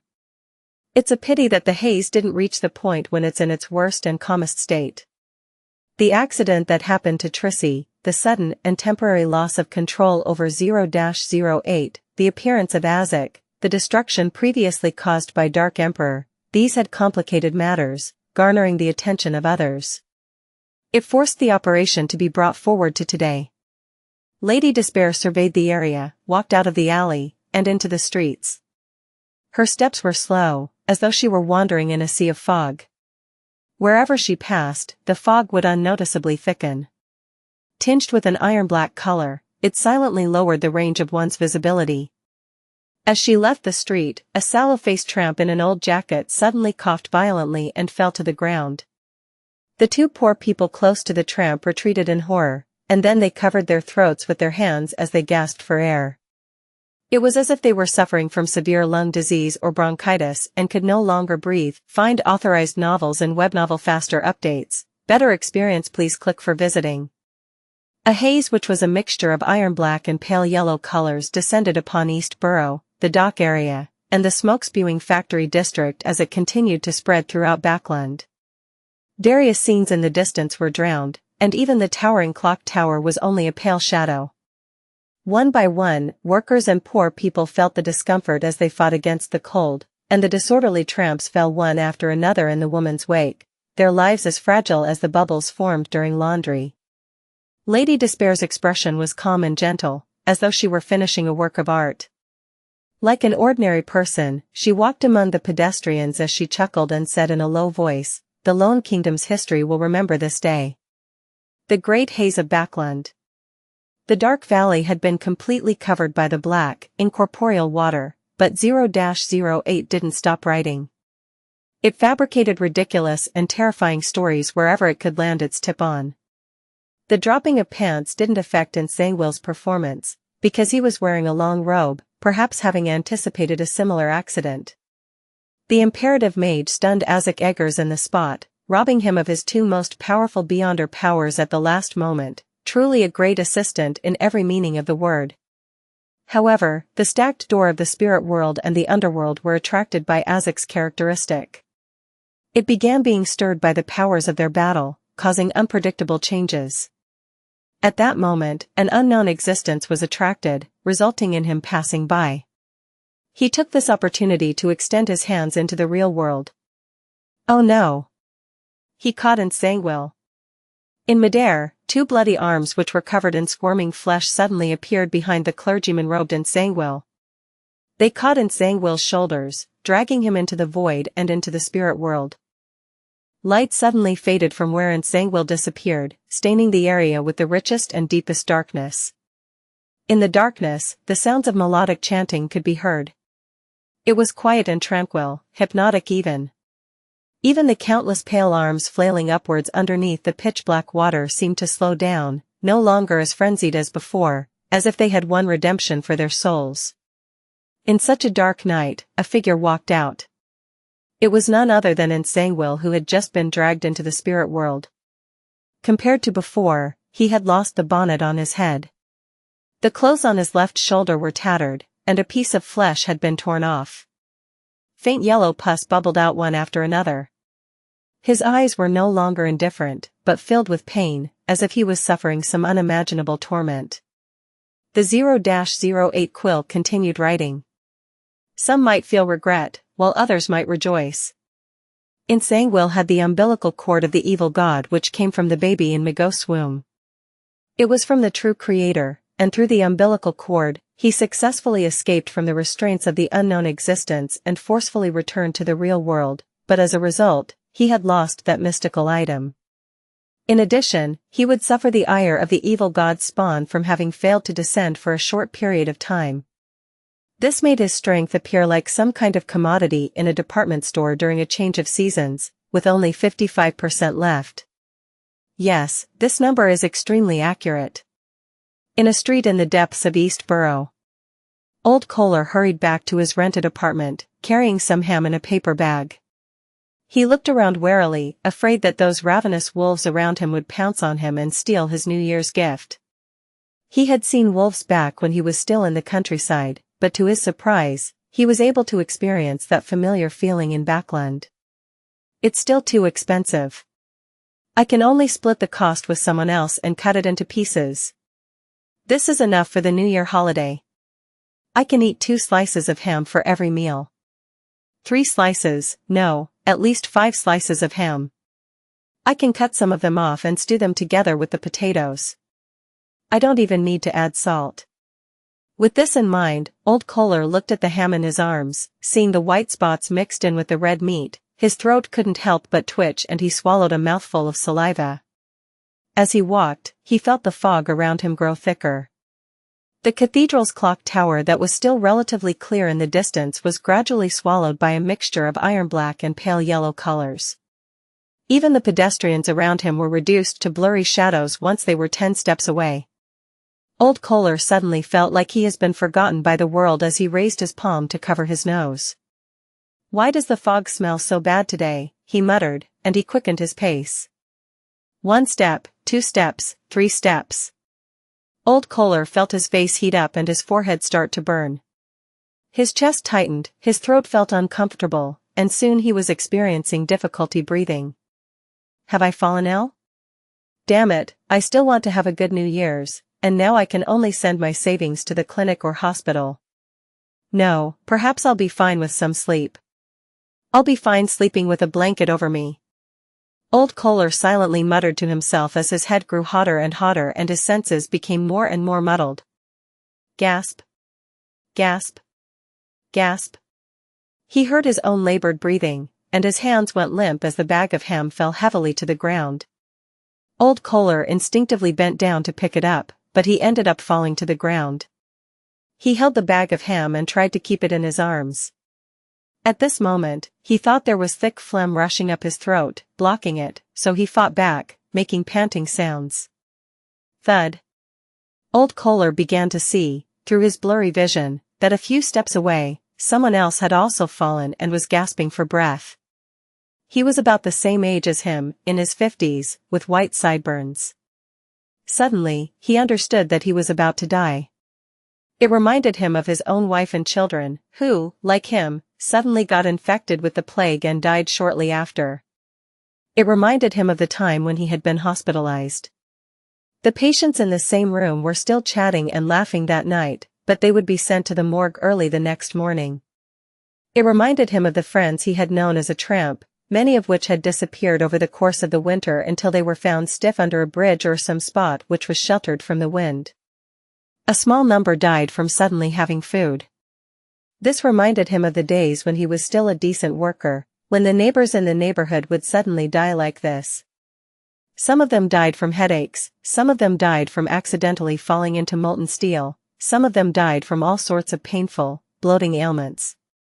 Some of them even collapsed silently in the factories, one batch after another. This reminded him of what he had heard from a drunk in the bar when he was scrounging for information. People like us are like straw on the ground, falling when the wind blows. It's even possible to fall on our own even without the wind. The wind is coming. Old Kohler suddenly had such a thought. He clutched the bag of ham tightly as he groped the pocket of his old jacket for the crumpled cigarette he had always been unwilling to smoke. What he couldn't understand was why his healthy body would suddenly become ill. It wasn't like he had never experienced such a dense fog before. What he couldn't understand was the reason for him suddenly collapsing just as his life was back on track, moving in a direction that was sufficiently nice for him. Furthermore, he had been paid in advance by Detective Moriarty to buy his long-awaited ham for the new year, and he was looking forward to tasting it. Old Kohler fished out that crumpled cigarette, but he no longer had the strength to lift his arms again as they slammed heavily to the ground. He used the last of his strength to shout out the words that had been building up inside of him, but he could only let the frail words linger at his mouth without producing them. He heard his last words. He heard himself ask, why? In an apartment at the edge of East Borough. Liv hung up the last piece of clothing she had washed and waited for it to dry. She looked at the sky outside, somewhat unsure of the time due to the thick fog which had appeared without her realizing it. Anyway, it's still early, and we've already done the laundry. Liv's expression grew heavy. It wasn't a good thing to finish work too early. This meant that they could rest, but it also meant that they didn't have enough work which would imply inadequate income. Liv took a deep breath, turned around, and looked at her eldest daughter, Xianxia, who was wiping her hands and casting her gaze towards the vocabulary notebook in the opposite room. It's almost New Year's. Most of our clients have left Backland and have gone on vacation elsewhere. We can't go on like this. We have to find new work.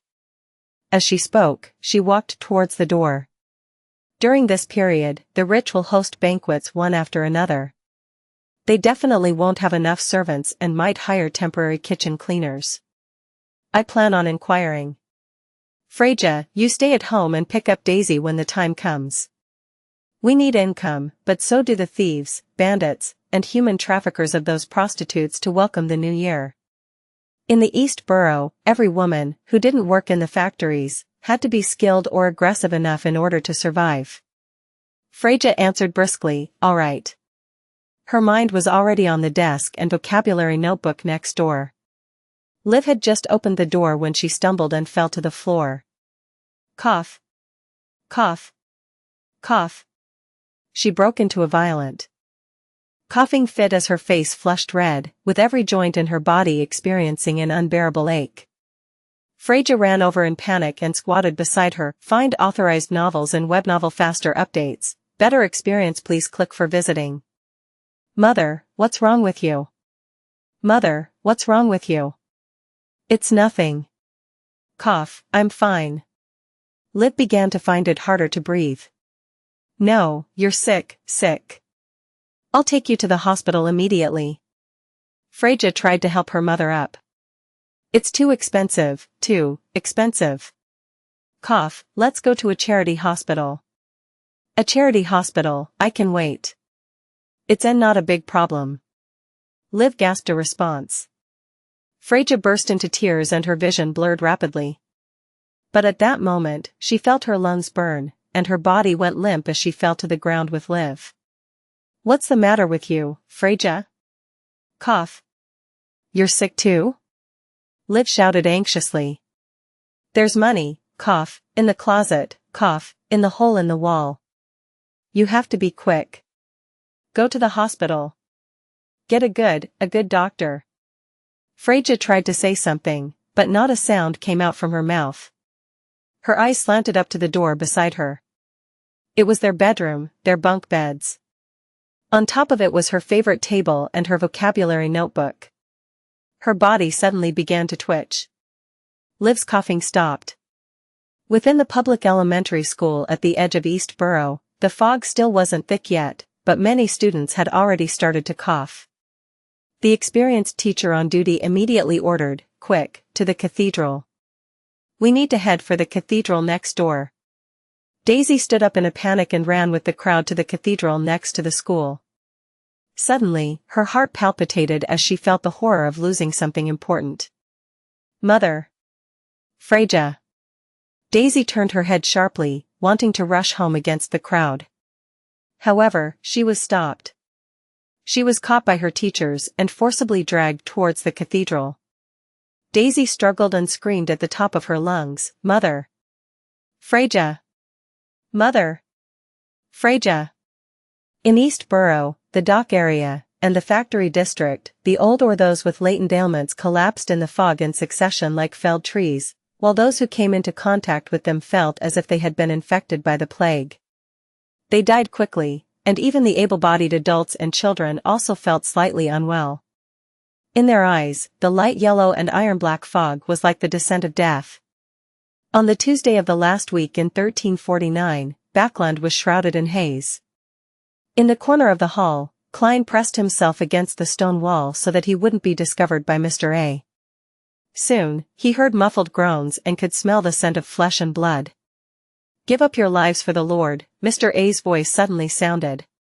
Thud. Thud. The sound of figures collapsing entered Klein's ears, and a strong spirituality fluctuation appeared and constantly reverberated. Mr. A sacrificed his 4 attendants? Just as this thought appeared in Klein's mind, illusory layers of weeping sounds could be heard. Some of them were calling out for their mothers, others coughing violently, and some moaning in pain. As half of an expert at mysticism, Klein seemed to see a series of disgruntled and transparent figures entering the ritual one after another, followed by the years of numbness, despair, pain, and resentment from the dock area, factory district, and East Borough. Has it officially begun? Klein closed his eyes and leaned his back against the wall, his right hand clenching and relaxing. For him, the best thing to do at this moment was to slip out of the hall and flee into the distance while Mr. A was concentrating on the ritual. His right hand loosened and tightened before relaxing many times in a row. 7 or 8 seconds later, Klein opened his eyes, the corners of his mouth curling upwards in an exaggerated manner.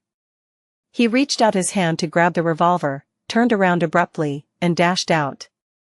Dressed in his black double-breasted frock coat, he raised his right hand and aimed at the altar. For 77 the many considerations of the Fool Plus turn-off reset.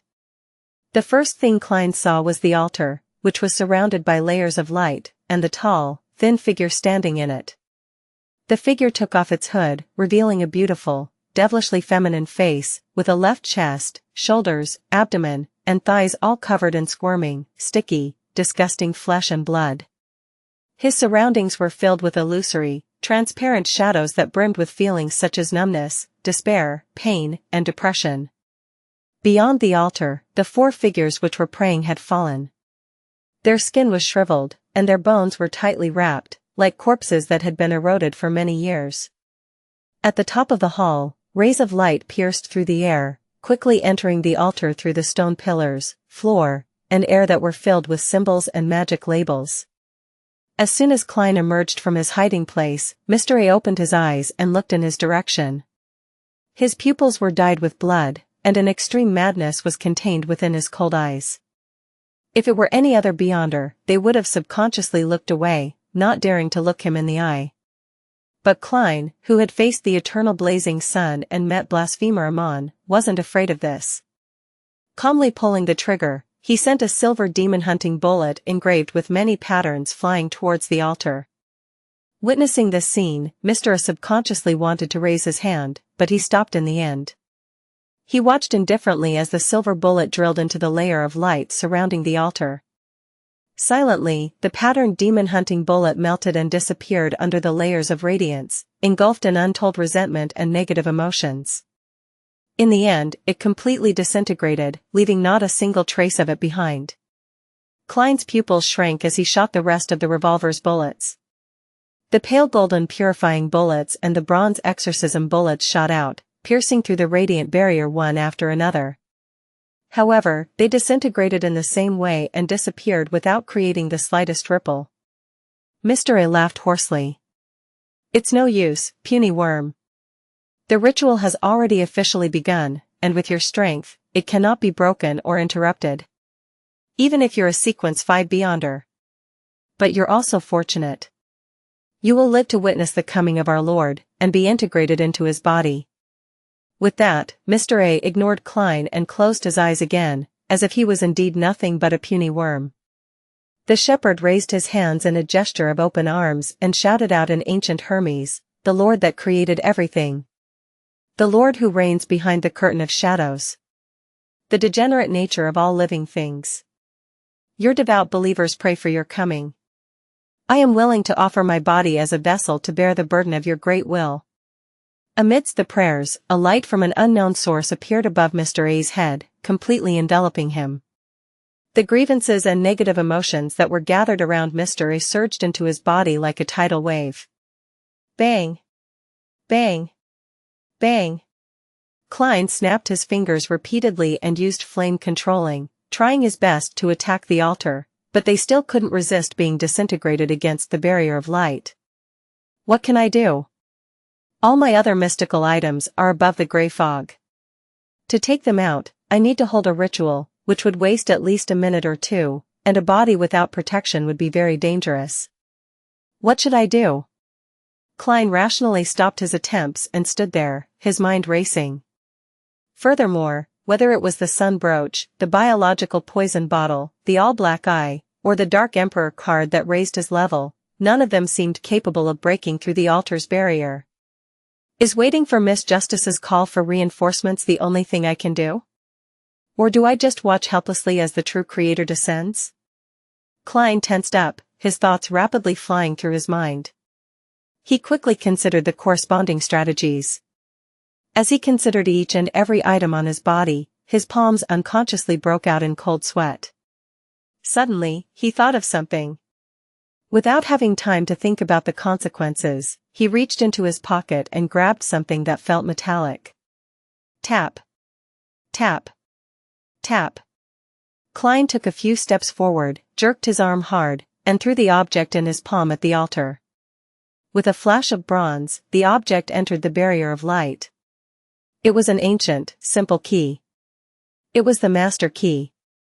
Within the barrier of light, the brass master key began to decompose and melt.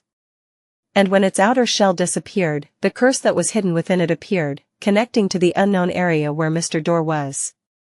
In Empress Borough, the opulent villa of Earl Hall. Audrey stood by the full-length window and worriedly looked into the distance. She saw that the fog on the horizon was gradually thickening, turning a pale yellow that was dyed iron black as it slowly spread in her location. There's something wrong with that. The huge golden retriever, Susie, sat beside her and also looked at the commonly seen haze. Yes, I hope it can be stopped in time. Audrey didn't know what the fog represented. She silently prayed to the goddess and Mr. Fool that they wouldn't let the primordial demoness descend. Suddenly, she noticed that the branches outside the window were beginning to shake and the glass was slightly rattling. A wind is coming. Audrey felt inexplicably happy. Sherwood Borough, Holy Wind Cathedral. Terrifying storms that were visible to the naked eye suddenly appeared outside of it, and then they surged towards the east in an unimaginable hurricane. Whoosh! The thick, accumulated fog was blown away, and the rich yellow and iron-black colors quickly faded away. Whoosh! Dried branches fell to the ground as dust and dirt rose into the air, following the fog into the distance. Whoosh! Many of the pedestrians had their hats separate from their heads, and their bodies swayed so much that they had to hold on to trees or walls. The sailors in the dock area felt as though they had returned to the port city and were witnessing a typhoon. The smoke in East Borough and the factory district thinned, and the healthy population felt relieved of their slight discomfort. Boom! Boom! Lightning leaped and thunder rumbled. They soon subsided, and a downpour began to cleanse the land. Find authorized novels and web novel faster updates. Better experience, please click for visiting. The Church of the Lord of Storms reacted rather quickly this time. It also has to do with us bringing the operation forward and not being fully prepared. Heh, those in the middle class and the tycoons would have shared the same fate in this great smog as the commoners if it wasn't for the respective protection they received. They would all be lambs waiting to be slaughtered. Lady Despair sat on a rental carriage as she leisurely heard the pattering of the rain on the glass windows. Even though her plans had been ruined in a timely manner, the haze from before had caused more than 20,000 deaths according to her calculations. Furthermore, there would be the subsequent spread of the plague.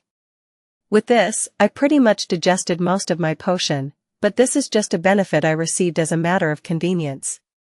With large numbers of the population being wiped out, all this points to the Aurora Order and to the true creator. No one could guess what the royal family really plans on doing. It's time I leave, along with the true creator. Lady Despair thought while in a good mood. Her whereabouts were kept secretive, and she had taken care of everything beforehand, therefore, she didn't have to worry about being surrounded by Backland's demigods at all. By the time they found traces of her, she would already be far away from the city. Just as the Lady Despair was about to leave the carriage, her vision blurred and she saw a figure appear before her. The figure sat across her. It was a young woman in a hooded classical robe, with black eyes and hair, and a beautiful but dull face. After throwing out the master key, Klein held Edessak's copper whistle, then he held his breath and waited for the results.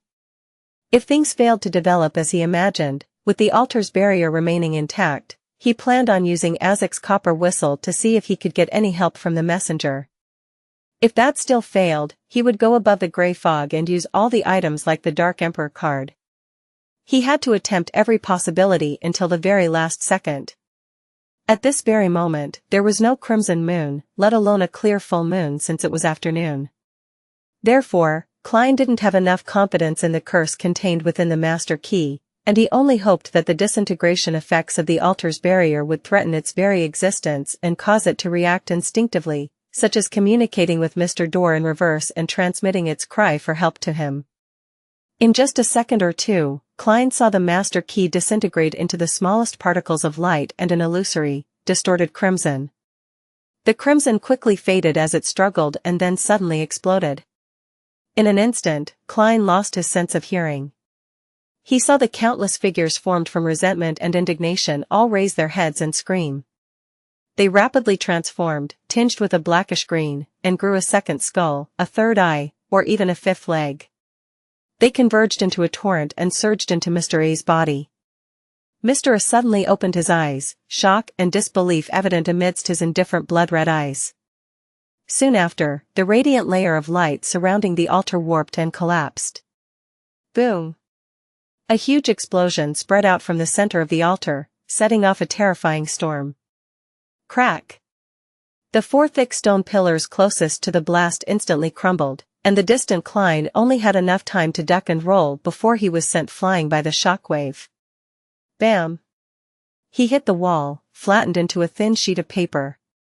The subsequent wind quickly tore apart that thin piece of paper, scattering it in every direction. Klein himself appeared in the corner, using the walls to withstand the ensuing shockwave. The destruction caused by the master key exceeded his imagination. The curse that had been forcibly melted away really did have an instinctive reaction, as it transmitted Mr. Door's roar, and the voice of this forsaken entity, who was at least at the level of an angel, contaminated the resentment and numbed the despair needed for the ritual. As a result, the altar lost its balance and embarked on a path of self-destruction. The moment the blast calmed down a little, Klein rushed out to confirm the results. The illusionary figure and oppressive feeling in the air had already vanished, leaving behind scattered remnants of the altar. Mr. A had his body leaning forward as he knelt by a collapsed pillar. He was missing an arm, half a face, and a number of organs. His remaining eye was filled with bone-deep hatred. However, his wounds were quickly covered with squirming flesh. After that single glance, Klein didn't hesitate to run. For him, he had achieved the ultimate goal of foiling the true creator's descent. If he didn't leave now, was he, a Sequence 6, going to share a dinner with the shepherd, Mr. A, to welcome the new year? For 78 Grade 0 sealed artifact in operation plus, turn off reset. The moment she saw the stranger appear in front of her, Lady Despair materialized a sharp, crystalline ice spear and threw it at her target. Using the force of the recoil, she attempted to break through the back of the carriage and into the street. With regards to this sudden turn of events, she was puzzled at this strange enemy who suddenly appeared. On the contrary, she was very confused and perplexed as to how someone could find her concealed self so quickly. It was no less difficult than destroying a large city, or teleporting directly from Backland to the southern continent of East Balam. But as a Sequence 4 Demoness of Despair, she had developed herself one step at a time from when she was an assassin. She knew that she couldn't afford to be distracted or spout nonsense at such critical moments. It wasn't too late to think about all these matters later. Therefore, she chose to attack directly and wanted to take the opportunity to leave. She could already imagine how the strange woman with black hair and eyes would be frozen in the layers of sparkling light left in the frosty wake of the ice spear's trajectory. She would have to struggle to break through the obstruction in order to have the strength to chase after her. By then, she definitely would have escaped from the street and blended into the crowd. However, the scene she was looking forward to didn't appear. As soon as the crystalline ice spear left her hand, it silently disappeared into thin air. Its whereabouts were completely unknown. Angel! The Demoness of Despair's eyes narrowed as black flames suddenly surged from her body, spreading ailments in a bid to ignite everything around her and causing a large-scale fire. At that moment, her body trembled in a strange manner, and she froze on the spot. She saw her left hand disappear, 1 centimeter at a time, as it rapidly spread upward in an unstoppable fashion. In her eyes, the beautiful and lifeless eyes of the woman opposite her were dark and serene, as if there was a pure darkness concealed within. You aren't. You are. The Demoness of Despair's words came to an abrupt halt. Her entire body was like a sketch that had been quietly erased with an eraser, leaving no trace behind. Her final gaze was filled with fear and despair. The seat she previously occupied was empty, as though she had never sat in it before. The beautiful woman with the lifeless expression pulled the hood of her classical robe, and her lips moved almost imperceptibly as her figure instantly disappeared. On the outskirts of Empress Borough. On a trackless public carriage. Triss was sitting quietly in the corner, wearing a veiled hat.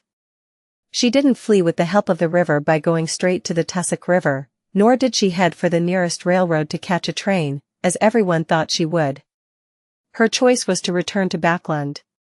Only in this city with a population of over 5 million, with all sorts of hidden factions and numerous beyonders, would they be able to help her escape the subsequent pursuit of the Demoness sect. At this moment, she felt tense, mentally, constantly wary of the terrifying old butler, Funkel. Suddenly, her head spun. When her vision returned to normal, she found herself having magically left the public carriage and was standing on the muddy road outside. Trissy's pupils contracted rapidly as she looked around cautiously. Then, she saw a black-hooded figure in a classical robe, and she noticed the black eyes hidden in the shadows. For some reason, it was as if Trissy had returned to being an infant, so weak to the point that she couldn't put up any resistance at all. Cold sweat dripped from her forehead, and although her legs were trembling violently, she was unable to move. This is the scariest enemy I've ever faced. Even the high-ranking demoness I previously met didn't give me such a feeling. Am I going to die here? Is this finally going to end after I persisted in escaping despite failing so many times? A deep sense of despair and uncontrollable sadness filled Trissy's heart, making her feel as if she had plunged into her deepest nightmare. Suddenly, a dim blue light flashed before her eyes, removing her curse of being unable to move. Trissy looked forward again, but there was no longer any traces of that extremely terrifying figure. Everything that happened just now seemed like the most realistic illusion. But when Trissy lowered her head, she was surprised to find that the sapphire ring on her left pinky had somehow shattered, losing all of its brilliance. Crack. Crack. Crack. The remains of the ring and the gem fell off one after another. Klein dodged and rolled around the collapsed stone pillar and the heavily injured Mr. A, who was in the process of healing, and he ran for the entrance opposite him. As for the characteristic fragments which were slowly gathering from the remains of the master key, he didn't even take a glance at them, afraid that he would give Mr. A enough time to stop him. He was well aware that even if he had all his mystical items and was well prepared, he wouldn't necessarily be a match for the shepherd, not to mention the fact that he was only equipped with Edeссak's copper whistle and 3 types of Beyonder bullets. He didn't even have a single match left. Even though Mr. A was seriously injured, Klein didn't dare to take the risk. He had heard that the Rose Bishop, the sequence prior to Shepherd, was extremely proficient in flesh magic. Its healing ability was in no way weaker to his ability of transferring his wounds. Creak. He pulled open the heavy door. The natural light outside shone in, and the clouds in the sky were tinged with a thin yellow, and the sun was pale and dim. Klein rushed out and found that he was in the middle of a mountain. He was surrounded by towering mountains that made the area extremely hidden. Tap. Tap. Tap. He frantically ran and wasn't even taking the mountain trail. Instead, with his skills as a clown, he ran down the steep slope, occasionally tumbling, and occasionally swinging up with the help of trees. Splash! He heard the crashing of the river. It was up ahead, just below him. But at that moment, a strong gust of wind blew over, sweeping towards his back. Klein made a prompt decision. His knees buckled and he rolled to the side. So.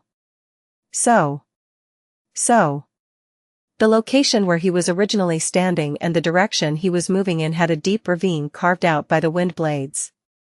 Mr. A dropped out of the wind, his body still draped with a cape squirming with fresh blood. He pointed with his finger, and immediately, chunks of flesh flew out and swelled up in midair before suddenly exploding. Find authorized novels and web novel faster updates. Better experience, please click for visiting. Boom. Drops of blood and bits of flesh flew in every direction as Klein cartwheeled with his hands, dodging most of it before finding shelter behind a huge tree. The projectiles bored bloody holes through the huge tree. Traces of corrosion began spreading in every direction from the affected area. Back when Klein was running, he had already loaded his revolver. He was about to raise his hand and shoot Mr. A in the eyes when he saw a deep darkness appear within them. All of a sudden, Klein knew that, although the scenery around him hadn't changed at all, he had been forcefully dragged into a dream. He had once killed a nightmare at least. Klein maintained his consciousness and saw Mr. A phase to his side in a manner inconsistent with logic, turning into a blood-red blanket that enveloped him in a manner that couldn't be escaped from. You want to rely on nightmares to scare me to the point of stopping my heart? A thought flashed in Klein's mind and he responded. This was his dream. The lucid him could conjure anything. Thus, a pure and dazzling golden sun appeared. Clear and blazing flames ignited everything in its surroundings in an instant. Klein imagined the scene when he first saw the eternal blazing sun during the dream divination. Almost at the same time, he left the dream and heard a muffled grunt. Mr. A took a step back, 2 streams of blood running from the tip of his nose. The robe formed from flesh and blood began to slowly flow as though it was melting. Pa! Klein snapped his fingers and ignited the trees about 30 or 40 meters away. Beneath his feet, the long withered weeds caught on fire, and the soaring flames enveloped his body. Mr. A's originally unmanly beautiful face suddenly turned even more beautiful and feminine. A crystalline and weightless ice spear materialized in his hand as he threw it towards the burning trees a few dozen meters away. As soon as Klein jumped out of the flames, his pupils reflected the transparent tip of the spear. The tip of the spear became bigger and clearer, filling his eyes.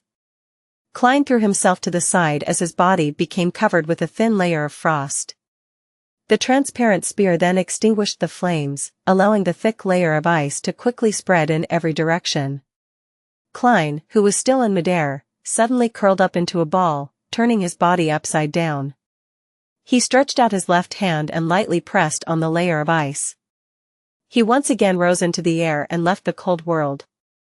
However, the skin on his palm was frozen at the point of contact. This resulted in him tearing off his skin with a ripping sound. Rolling to his feet, Klein reached into his pocket and pulled out a self-made slumber charm. As he was about to say the incantation, his nose suddenly started to itch and he sneezed. Achoo! Achoo! Achoo! His head ached and he kept sneezing, leaving him with no strength to fight back. I fell sick? I became infected by some sort of ailment? The moment Klein realized this, he felt countless threads that were difficult to be seen by the naked eye twirl around him, wrapping him up like a mummy in a certain sense. He wasn't unfamiliar with this kind of experience. He knew that this was the beyonder powers of a demoness of pleasure. Back then, he had relied on the use of charms to cause all parties to fall into a deep slumber. Then, relying on his uniqueness, he escaped the effects of the charm. But now, Mr. A had maintained a distance of about 20 meters. However, Klein was no longer just a clown. The fingers he could still move snapped and made a crisp snapping sound. In an instant, all the spider silk around him was ignited, as if it had turned into a giant torch.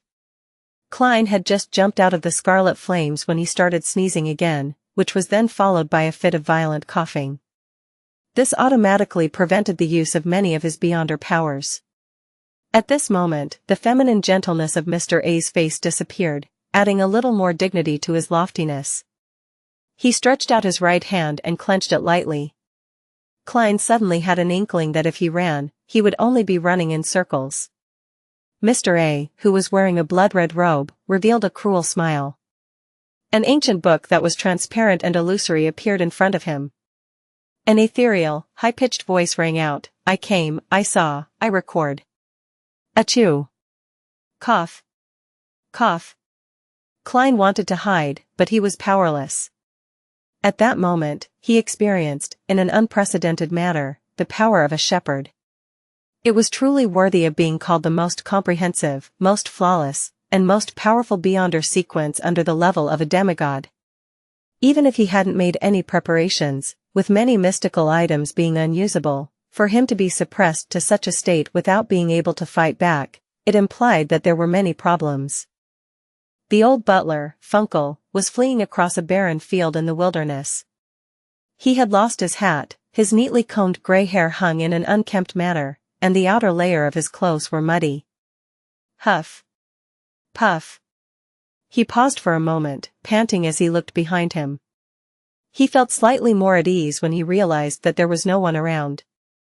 However, when he turned his head and was about to change direction, he discovered that a figure had appeared in front of him. The figure wore a hooded, classical robe, Its face was dull and expressionless while its black eyes were hidden in the shadows. Funkel's pupils constricted. He opened his mouth and tried to say a word in ancient Hermes, but he was surprised to find his nose disappearing and his voice gone. A look of despair suddenly appeared on his face. Then, like a stain in the void, his entire body was seemingly wiped clean with a cloth, and not a single trace was left behind. Achoo! Achoo! Cough! Cough! In the face of Mr. A's looming attack that spelled certain death, Klein was infected by an illness. His headache and fever made it difficult to use flame controlling or flaming jump. At that moment, he couldn't even produce air bullets. Fear of the unknown took over his mind. The clown's intuition for danger saw himself split into the smallest particles of light, perhaps taking away any chance of him reviving. In an instant, Klein reached into his pocket and took hold of an object. This was his answer to the most dangerous situation he could think of ahead of time. No matter what kind of situation he was suddenly placed in, a magician had to be prepared to a certain extent, so that he wouldn't panic in the middle of a battle. Klein took out Edessak's copper whistle, brought it to his mouth, and blew hard over the sneezing and coughing. Without any stirring motions, he saw, through his spirit vision, a geyser of white bones spewing out as they rapidly sketched out the appearance of a huge messenger with black flames burning in its eye sockets. And at that moment, the pages in the book in front of Mr. A stopped flipping, and the distant voice suddenly came to a halt. A misty green brilliance surged out, and the bone messenger, that was almost 4 meters tall, cracked and crumbled into countless specks of pure light. Behind it, the force that had caused Klein to go in circles was the first to crumble. The figure in the black double-breasted frock coat was then enveloped, turning into a statue made of yellow sand which was blown away by the wind. However, the scattered sand were white spots, as if they were shreds of paper that had been torn to the limit. Klein's figure appeared on the other end, genuflecting and coughing uncontrollably. If it wasn't for the skeleton messenger blocking the blow for him, then he wouldn't have been able to suppress his ailments and use paper figurine substitute. And after that ordeal, his illness worsened to the point of him losing almost all forms of resistance. Find authorized novels and web novel faster updates. Better experience, please click for visiting.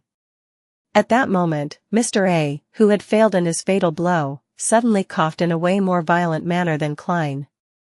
He fell to the ground in pain, blood frothing at the corners of his mouth. Cough. Cough. Cough.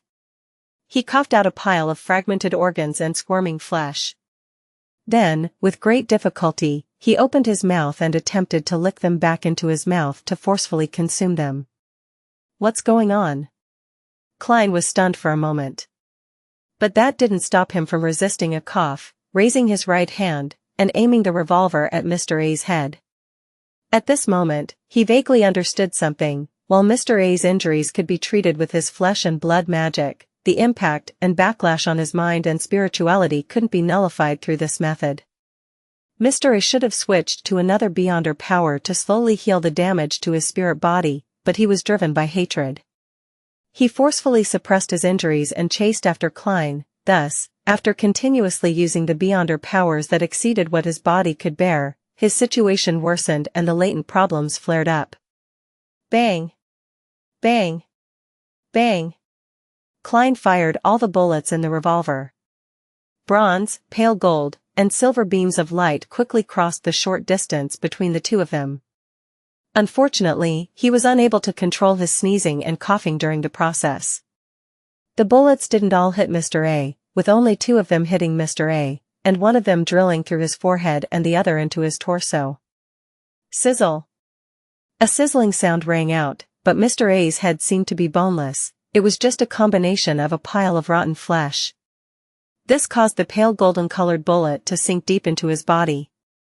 It quickly came to a stop and failed to deal lethal damage. All it did was emit a golden radiance of sunshine. Mr. A lifted his neck, and the flesh around the hole in his head writhed wildly.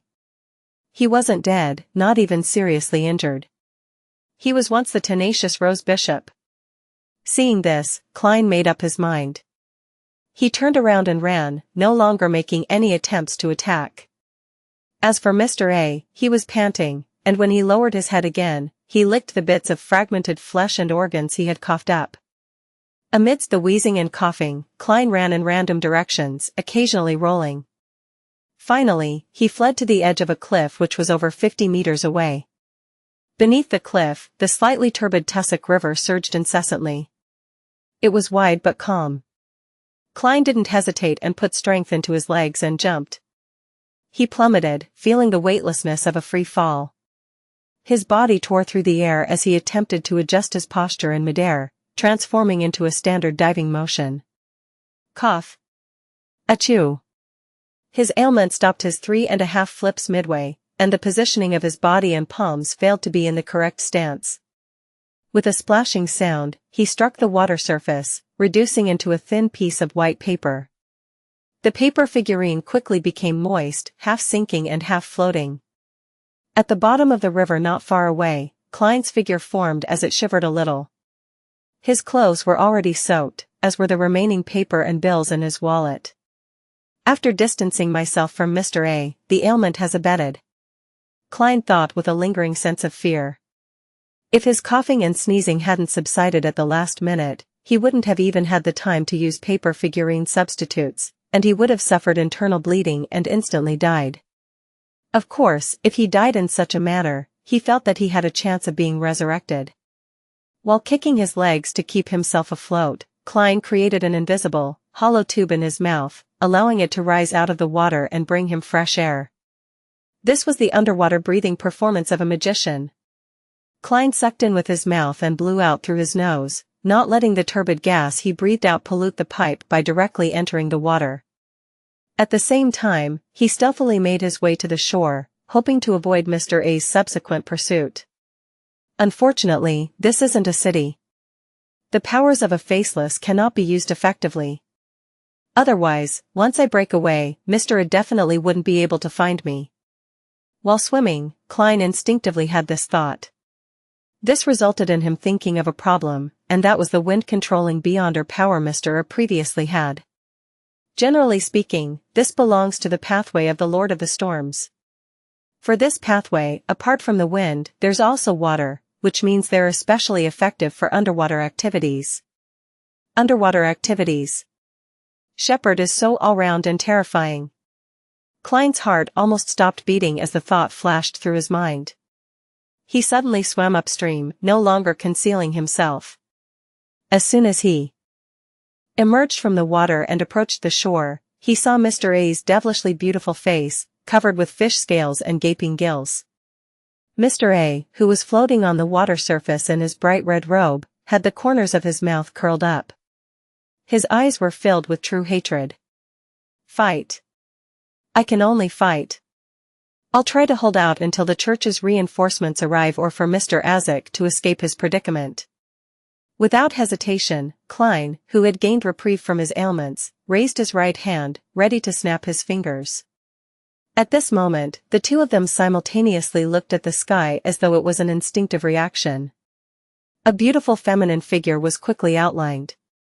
The figure was hooded and in a dark robe, its eyes looking blankly at Mr. A.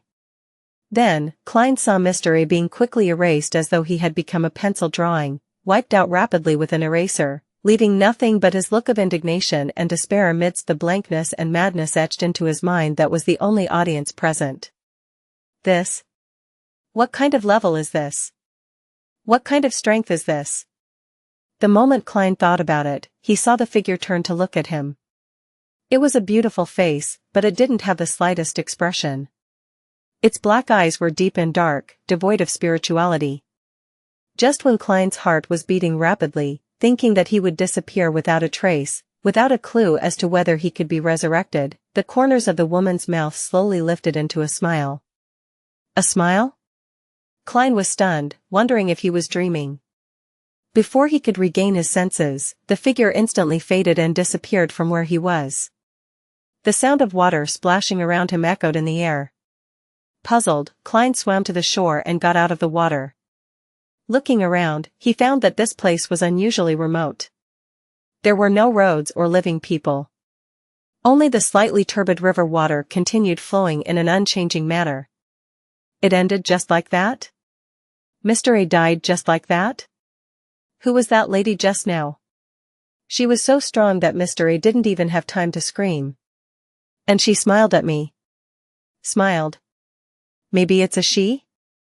However, other than figures at the level of the Pope, how could there be angels walking on the ground from the three churches? Furthermore, a figure on the level of Pope obviously wouldn't be in Backland. Klein couldn't believe that he was out of the danger zone. After a moment of contemplation, he finally felt a sense of reality. She should be a powerhouse sent by the churches. She arrived in time and successfully saved me.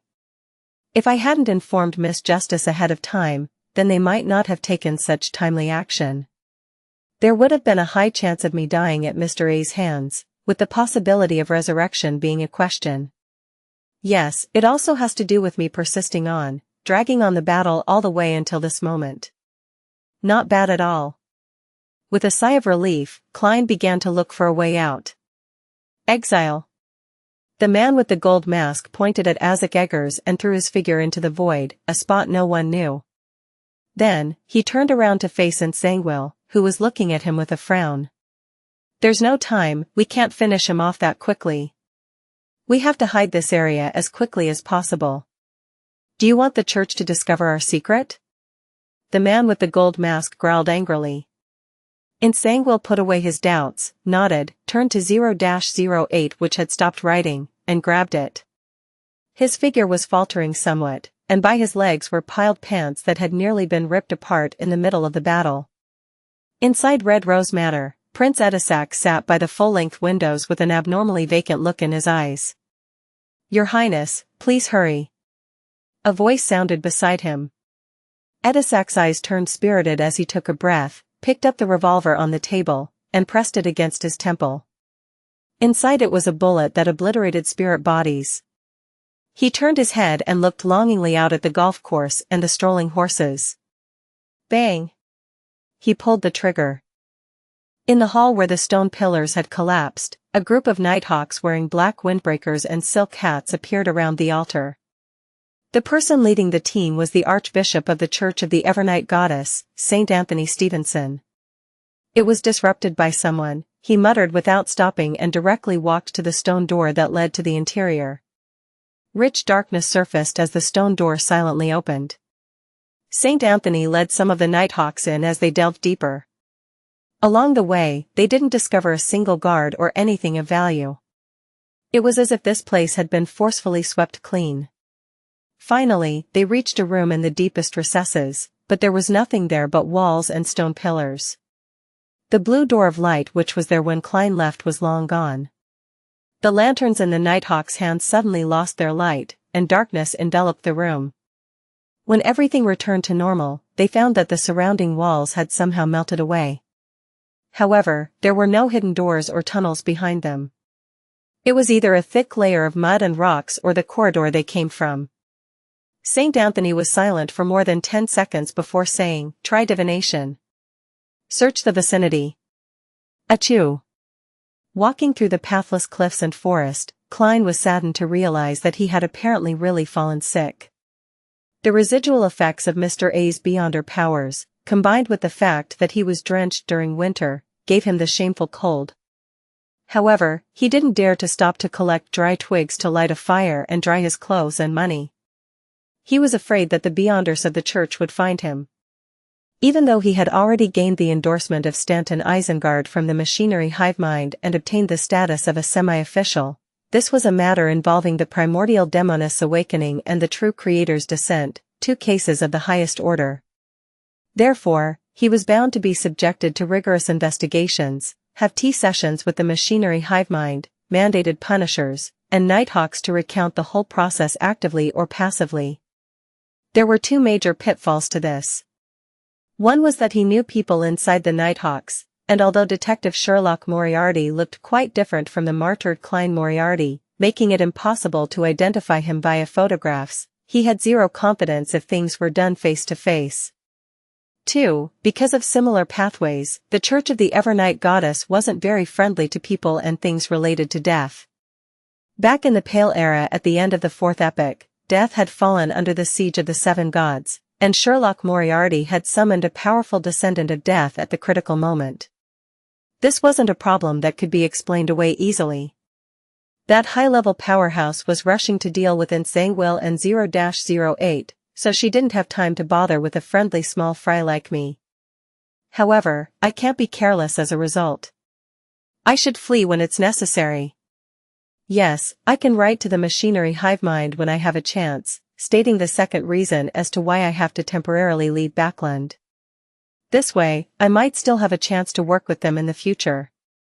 Of course, I have to secretly observe to see if the machinery hive mind has any strong enmity towards any descendants of death. I wonder how Mr. Edessak is doing. Perhaps Sherlock Moriarty might be dead in the official announcement. He sure lived up to his name and identity. As quickly as possible, Klein tried to find a small town and blend in with the crowd while enduring the alternating fever and cold. Only in human society could the Faceless powers be fully expressed. The woman who was working with Mr. A, she should be a demoness. She went to East Borough. From the looks of the ritual, there must have been a large number of deaths over there. I wonder. With the spiritual intuition of a seer, Klein's heart suddenly felt heavy. At this moment, all the colors in front of his eyes turned saturated, as if they had been sprinkled with oil by a deity. The feeling was over instantly, and Klein found himself far away from where he had been, with the bronze-skinned, soft-featured Edessak Eggers appearing next to him. "Mr. Edessak, are you unhurt?" He couldn't help but heave a sigh of relief. "I am," Edessak replied frankly before smiling, "but to an undying, this isn't a big problem." Klein calmed down and asked, "What happened to Insangwil and 0-08? Insangwil is still alive, and he still wields that grade 0 sealed artifact," Edessak said as he walked. Klein tried hard to follow him as he couldn't help but sigh. "What a pity." "Don't worry about it, he was severely injured," Edessak solemnly said. "And most importantly, we know that he was secretly cooperating with the royal family, so we don't have to worry about not being able to find him in the future. This way, you can focus on improving yourself, and I can also try to go to a few places that I've recalled, to awaken more memories." Your luck isn't bad. I've been secretly observing the people from MI9 and the royal family to confirm Insangwil's whereabouts. One of the most important places was Red Rose Manor, so I've always been wandering around the area. Otherwise, I wouldn't have been able to rush over to save you so quickly. Klein immediately felt a little awkward when this was mentioned. "Mr. Edessak, aren't you puzzled as to why I didn't die? I often wake up after entering a coffin as well." "This is something that I previously recalled," Edessak said with a smile, completely unfazed by the matter. "And in my incomplete memory, although it's rare in others, it's not without precedent. He often wakes up after entering a coffin." "Often?" Klein suddenly realized that the problems that he was worried about were nothing in the eyes of a real powerhouse. As expected of an undying of the death pathway. Well, Mr. Edessak had mentioned that he had been in this sequence for a long time, which means that he has long advanced. Klein thought for a moment, then he asked with concern, "Mr. Edessak, would Insangwil discover that I'm Klein Moretti?" He was afraid that Insangwil would take revenge on Benson and Melissa. "Unlikely. At most, he would believe that we knew each other long ago, or that you're my informant, if we use the terms that the police uses." Edessak recalled and said, "But that grade 0 sealed artifact might notice it, but you don't have to worry." "Why?" Klein pressed, "Find authorized novels and web novel faster updates, better experience please click for visiting." It was unknown what Edessak had remembered, but his expression suddenly turned strange. It was as if he wanted to laugh, but at the same time, he felt horrified. That grade 0 sealed artifact will keep attempting to write down the death of its owner. This is likely to be intrinsic to it and cannot be changed. Therefore, I doubt it would actively divulge such important information that can put Insangwil at a tremendous advantage during such a critical moment, unless it involves something that it cannot avoid or explain. Seeing that Mr. Edessak was so sure about it while producing such strong justifications, Klein exhaled. It was as if he had recovered a little from the cold. Seeing this, Edessak added, "It's best if you leave Backland for the time being. Inexplicable might use that grade 0 sealed artifact to seek revenge again, using your fake name. As long as you aren't in Backland, it should be fine. That grade 0 sealed artifact's sphere of influence doesn't exceed a large city. Just as I had predicted, there's a limit to its sphere of influence. Otherwise, Inexplicable could have easily hidden in a small town in the southern continent and leisurely arranged the fates of all his targets without having to worry about anyone finding him.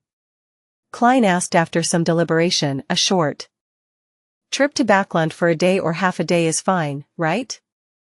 With the premise that I've changed my identity and looks. With that, he rubbed his face, instantly reverting back to his appearance back in Tingen. Edessak's eyebrows twitched, and he nodded. It's fine. He turned his head and looked into the distance at the spot that he could no longer see. It seems like I've been targeted by a powerful existence of the Church of the Evernight Goddess. It's best if you don't stay by my side, or you might be implicated. Heh, they're very interested in the Beyonder characteristics related to death. Yes, I plan on heading out to sea. While I digest my potion, I'll be seeking mermaids. It's a condition for my advancement, Klein explained his plan. Edessak tilted his head. Mermaids? Could a mermaid in the form of a dead spirit work? I can find at least 4. Probably not. Klein reached out and wiped his forehead. His intuition told him that it was definitely impossible, but he planned to divine it above the gray fog to confirm it. Without mentioning the dead mermaid again, Edessak said, if there's anything, then contact me through the messenger. Messenger. Klein suddenly felt guilt-ridden and ashamed. It died in my battle with Mr. A. It saved my life. Edessak gave him a glance, shook his head, and laughed. Don't worry about it. As long as it isn't killed by a powerhouse at the level of an angel or via some special method, then as long as the underworld still exists, it can slowly be reborn there. And before that, I have similar messengers numbering. I don't know how many there are either. It sounds like there's an army of such powerful and humongous messengers? Klein turned agape, unable to say a word. His shame faded, and he asked curiously, Mr. Edessak, where is the underworld, or in other words, hell? The spirit world. To be precise, it's a special place that the ancient death created in the spirit world. Edessak didn't hide the truth. Ancient death? That should be the ancient god, Phoenix ancestor Gregrace. So the underworld belongs to the spirit world. No wonder the basic structure in mysticism is the real world, the spirit world, and the astral world. It doesn't contain the underworld and the abyss. Klein was about to ask a question when he suddenly remembered something and quickly said, Mr. Edessak, I obtained a card of blasphemy created by Emperor Roselle. It contains the secrets of high-sequence Beyonders. I believe it can help you recall more things. However, you'll have to wait a while. It's hidden in Backland.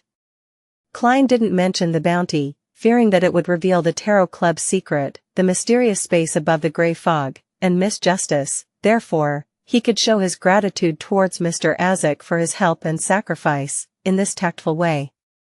Aziz looked at him in surprise, but he ultimately said nothing. He nodded and said, when you get it back, have the messenger bring it to me. I'll immediately return it to you after I study it. Or you can copy the contents and pass it to me. He paused for a moment as if he had thought of something. Then, he took out a glove that was so thin that it looked like it was made of human skin from his pocket and handed it to Klein.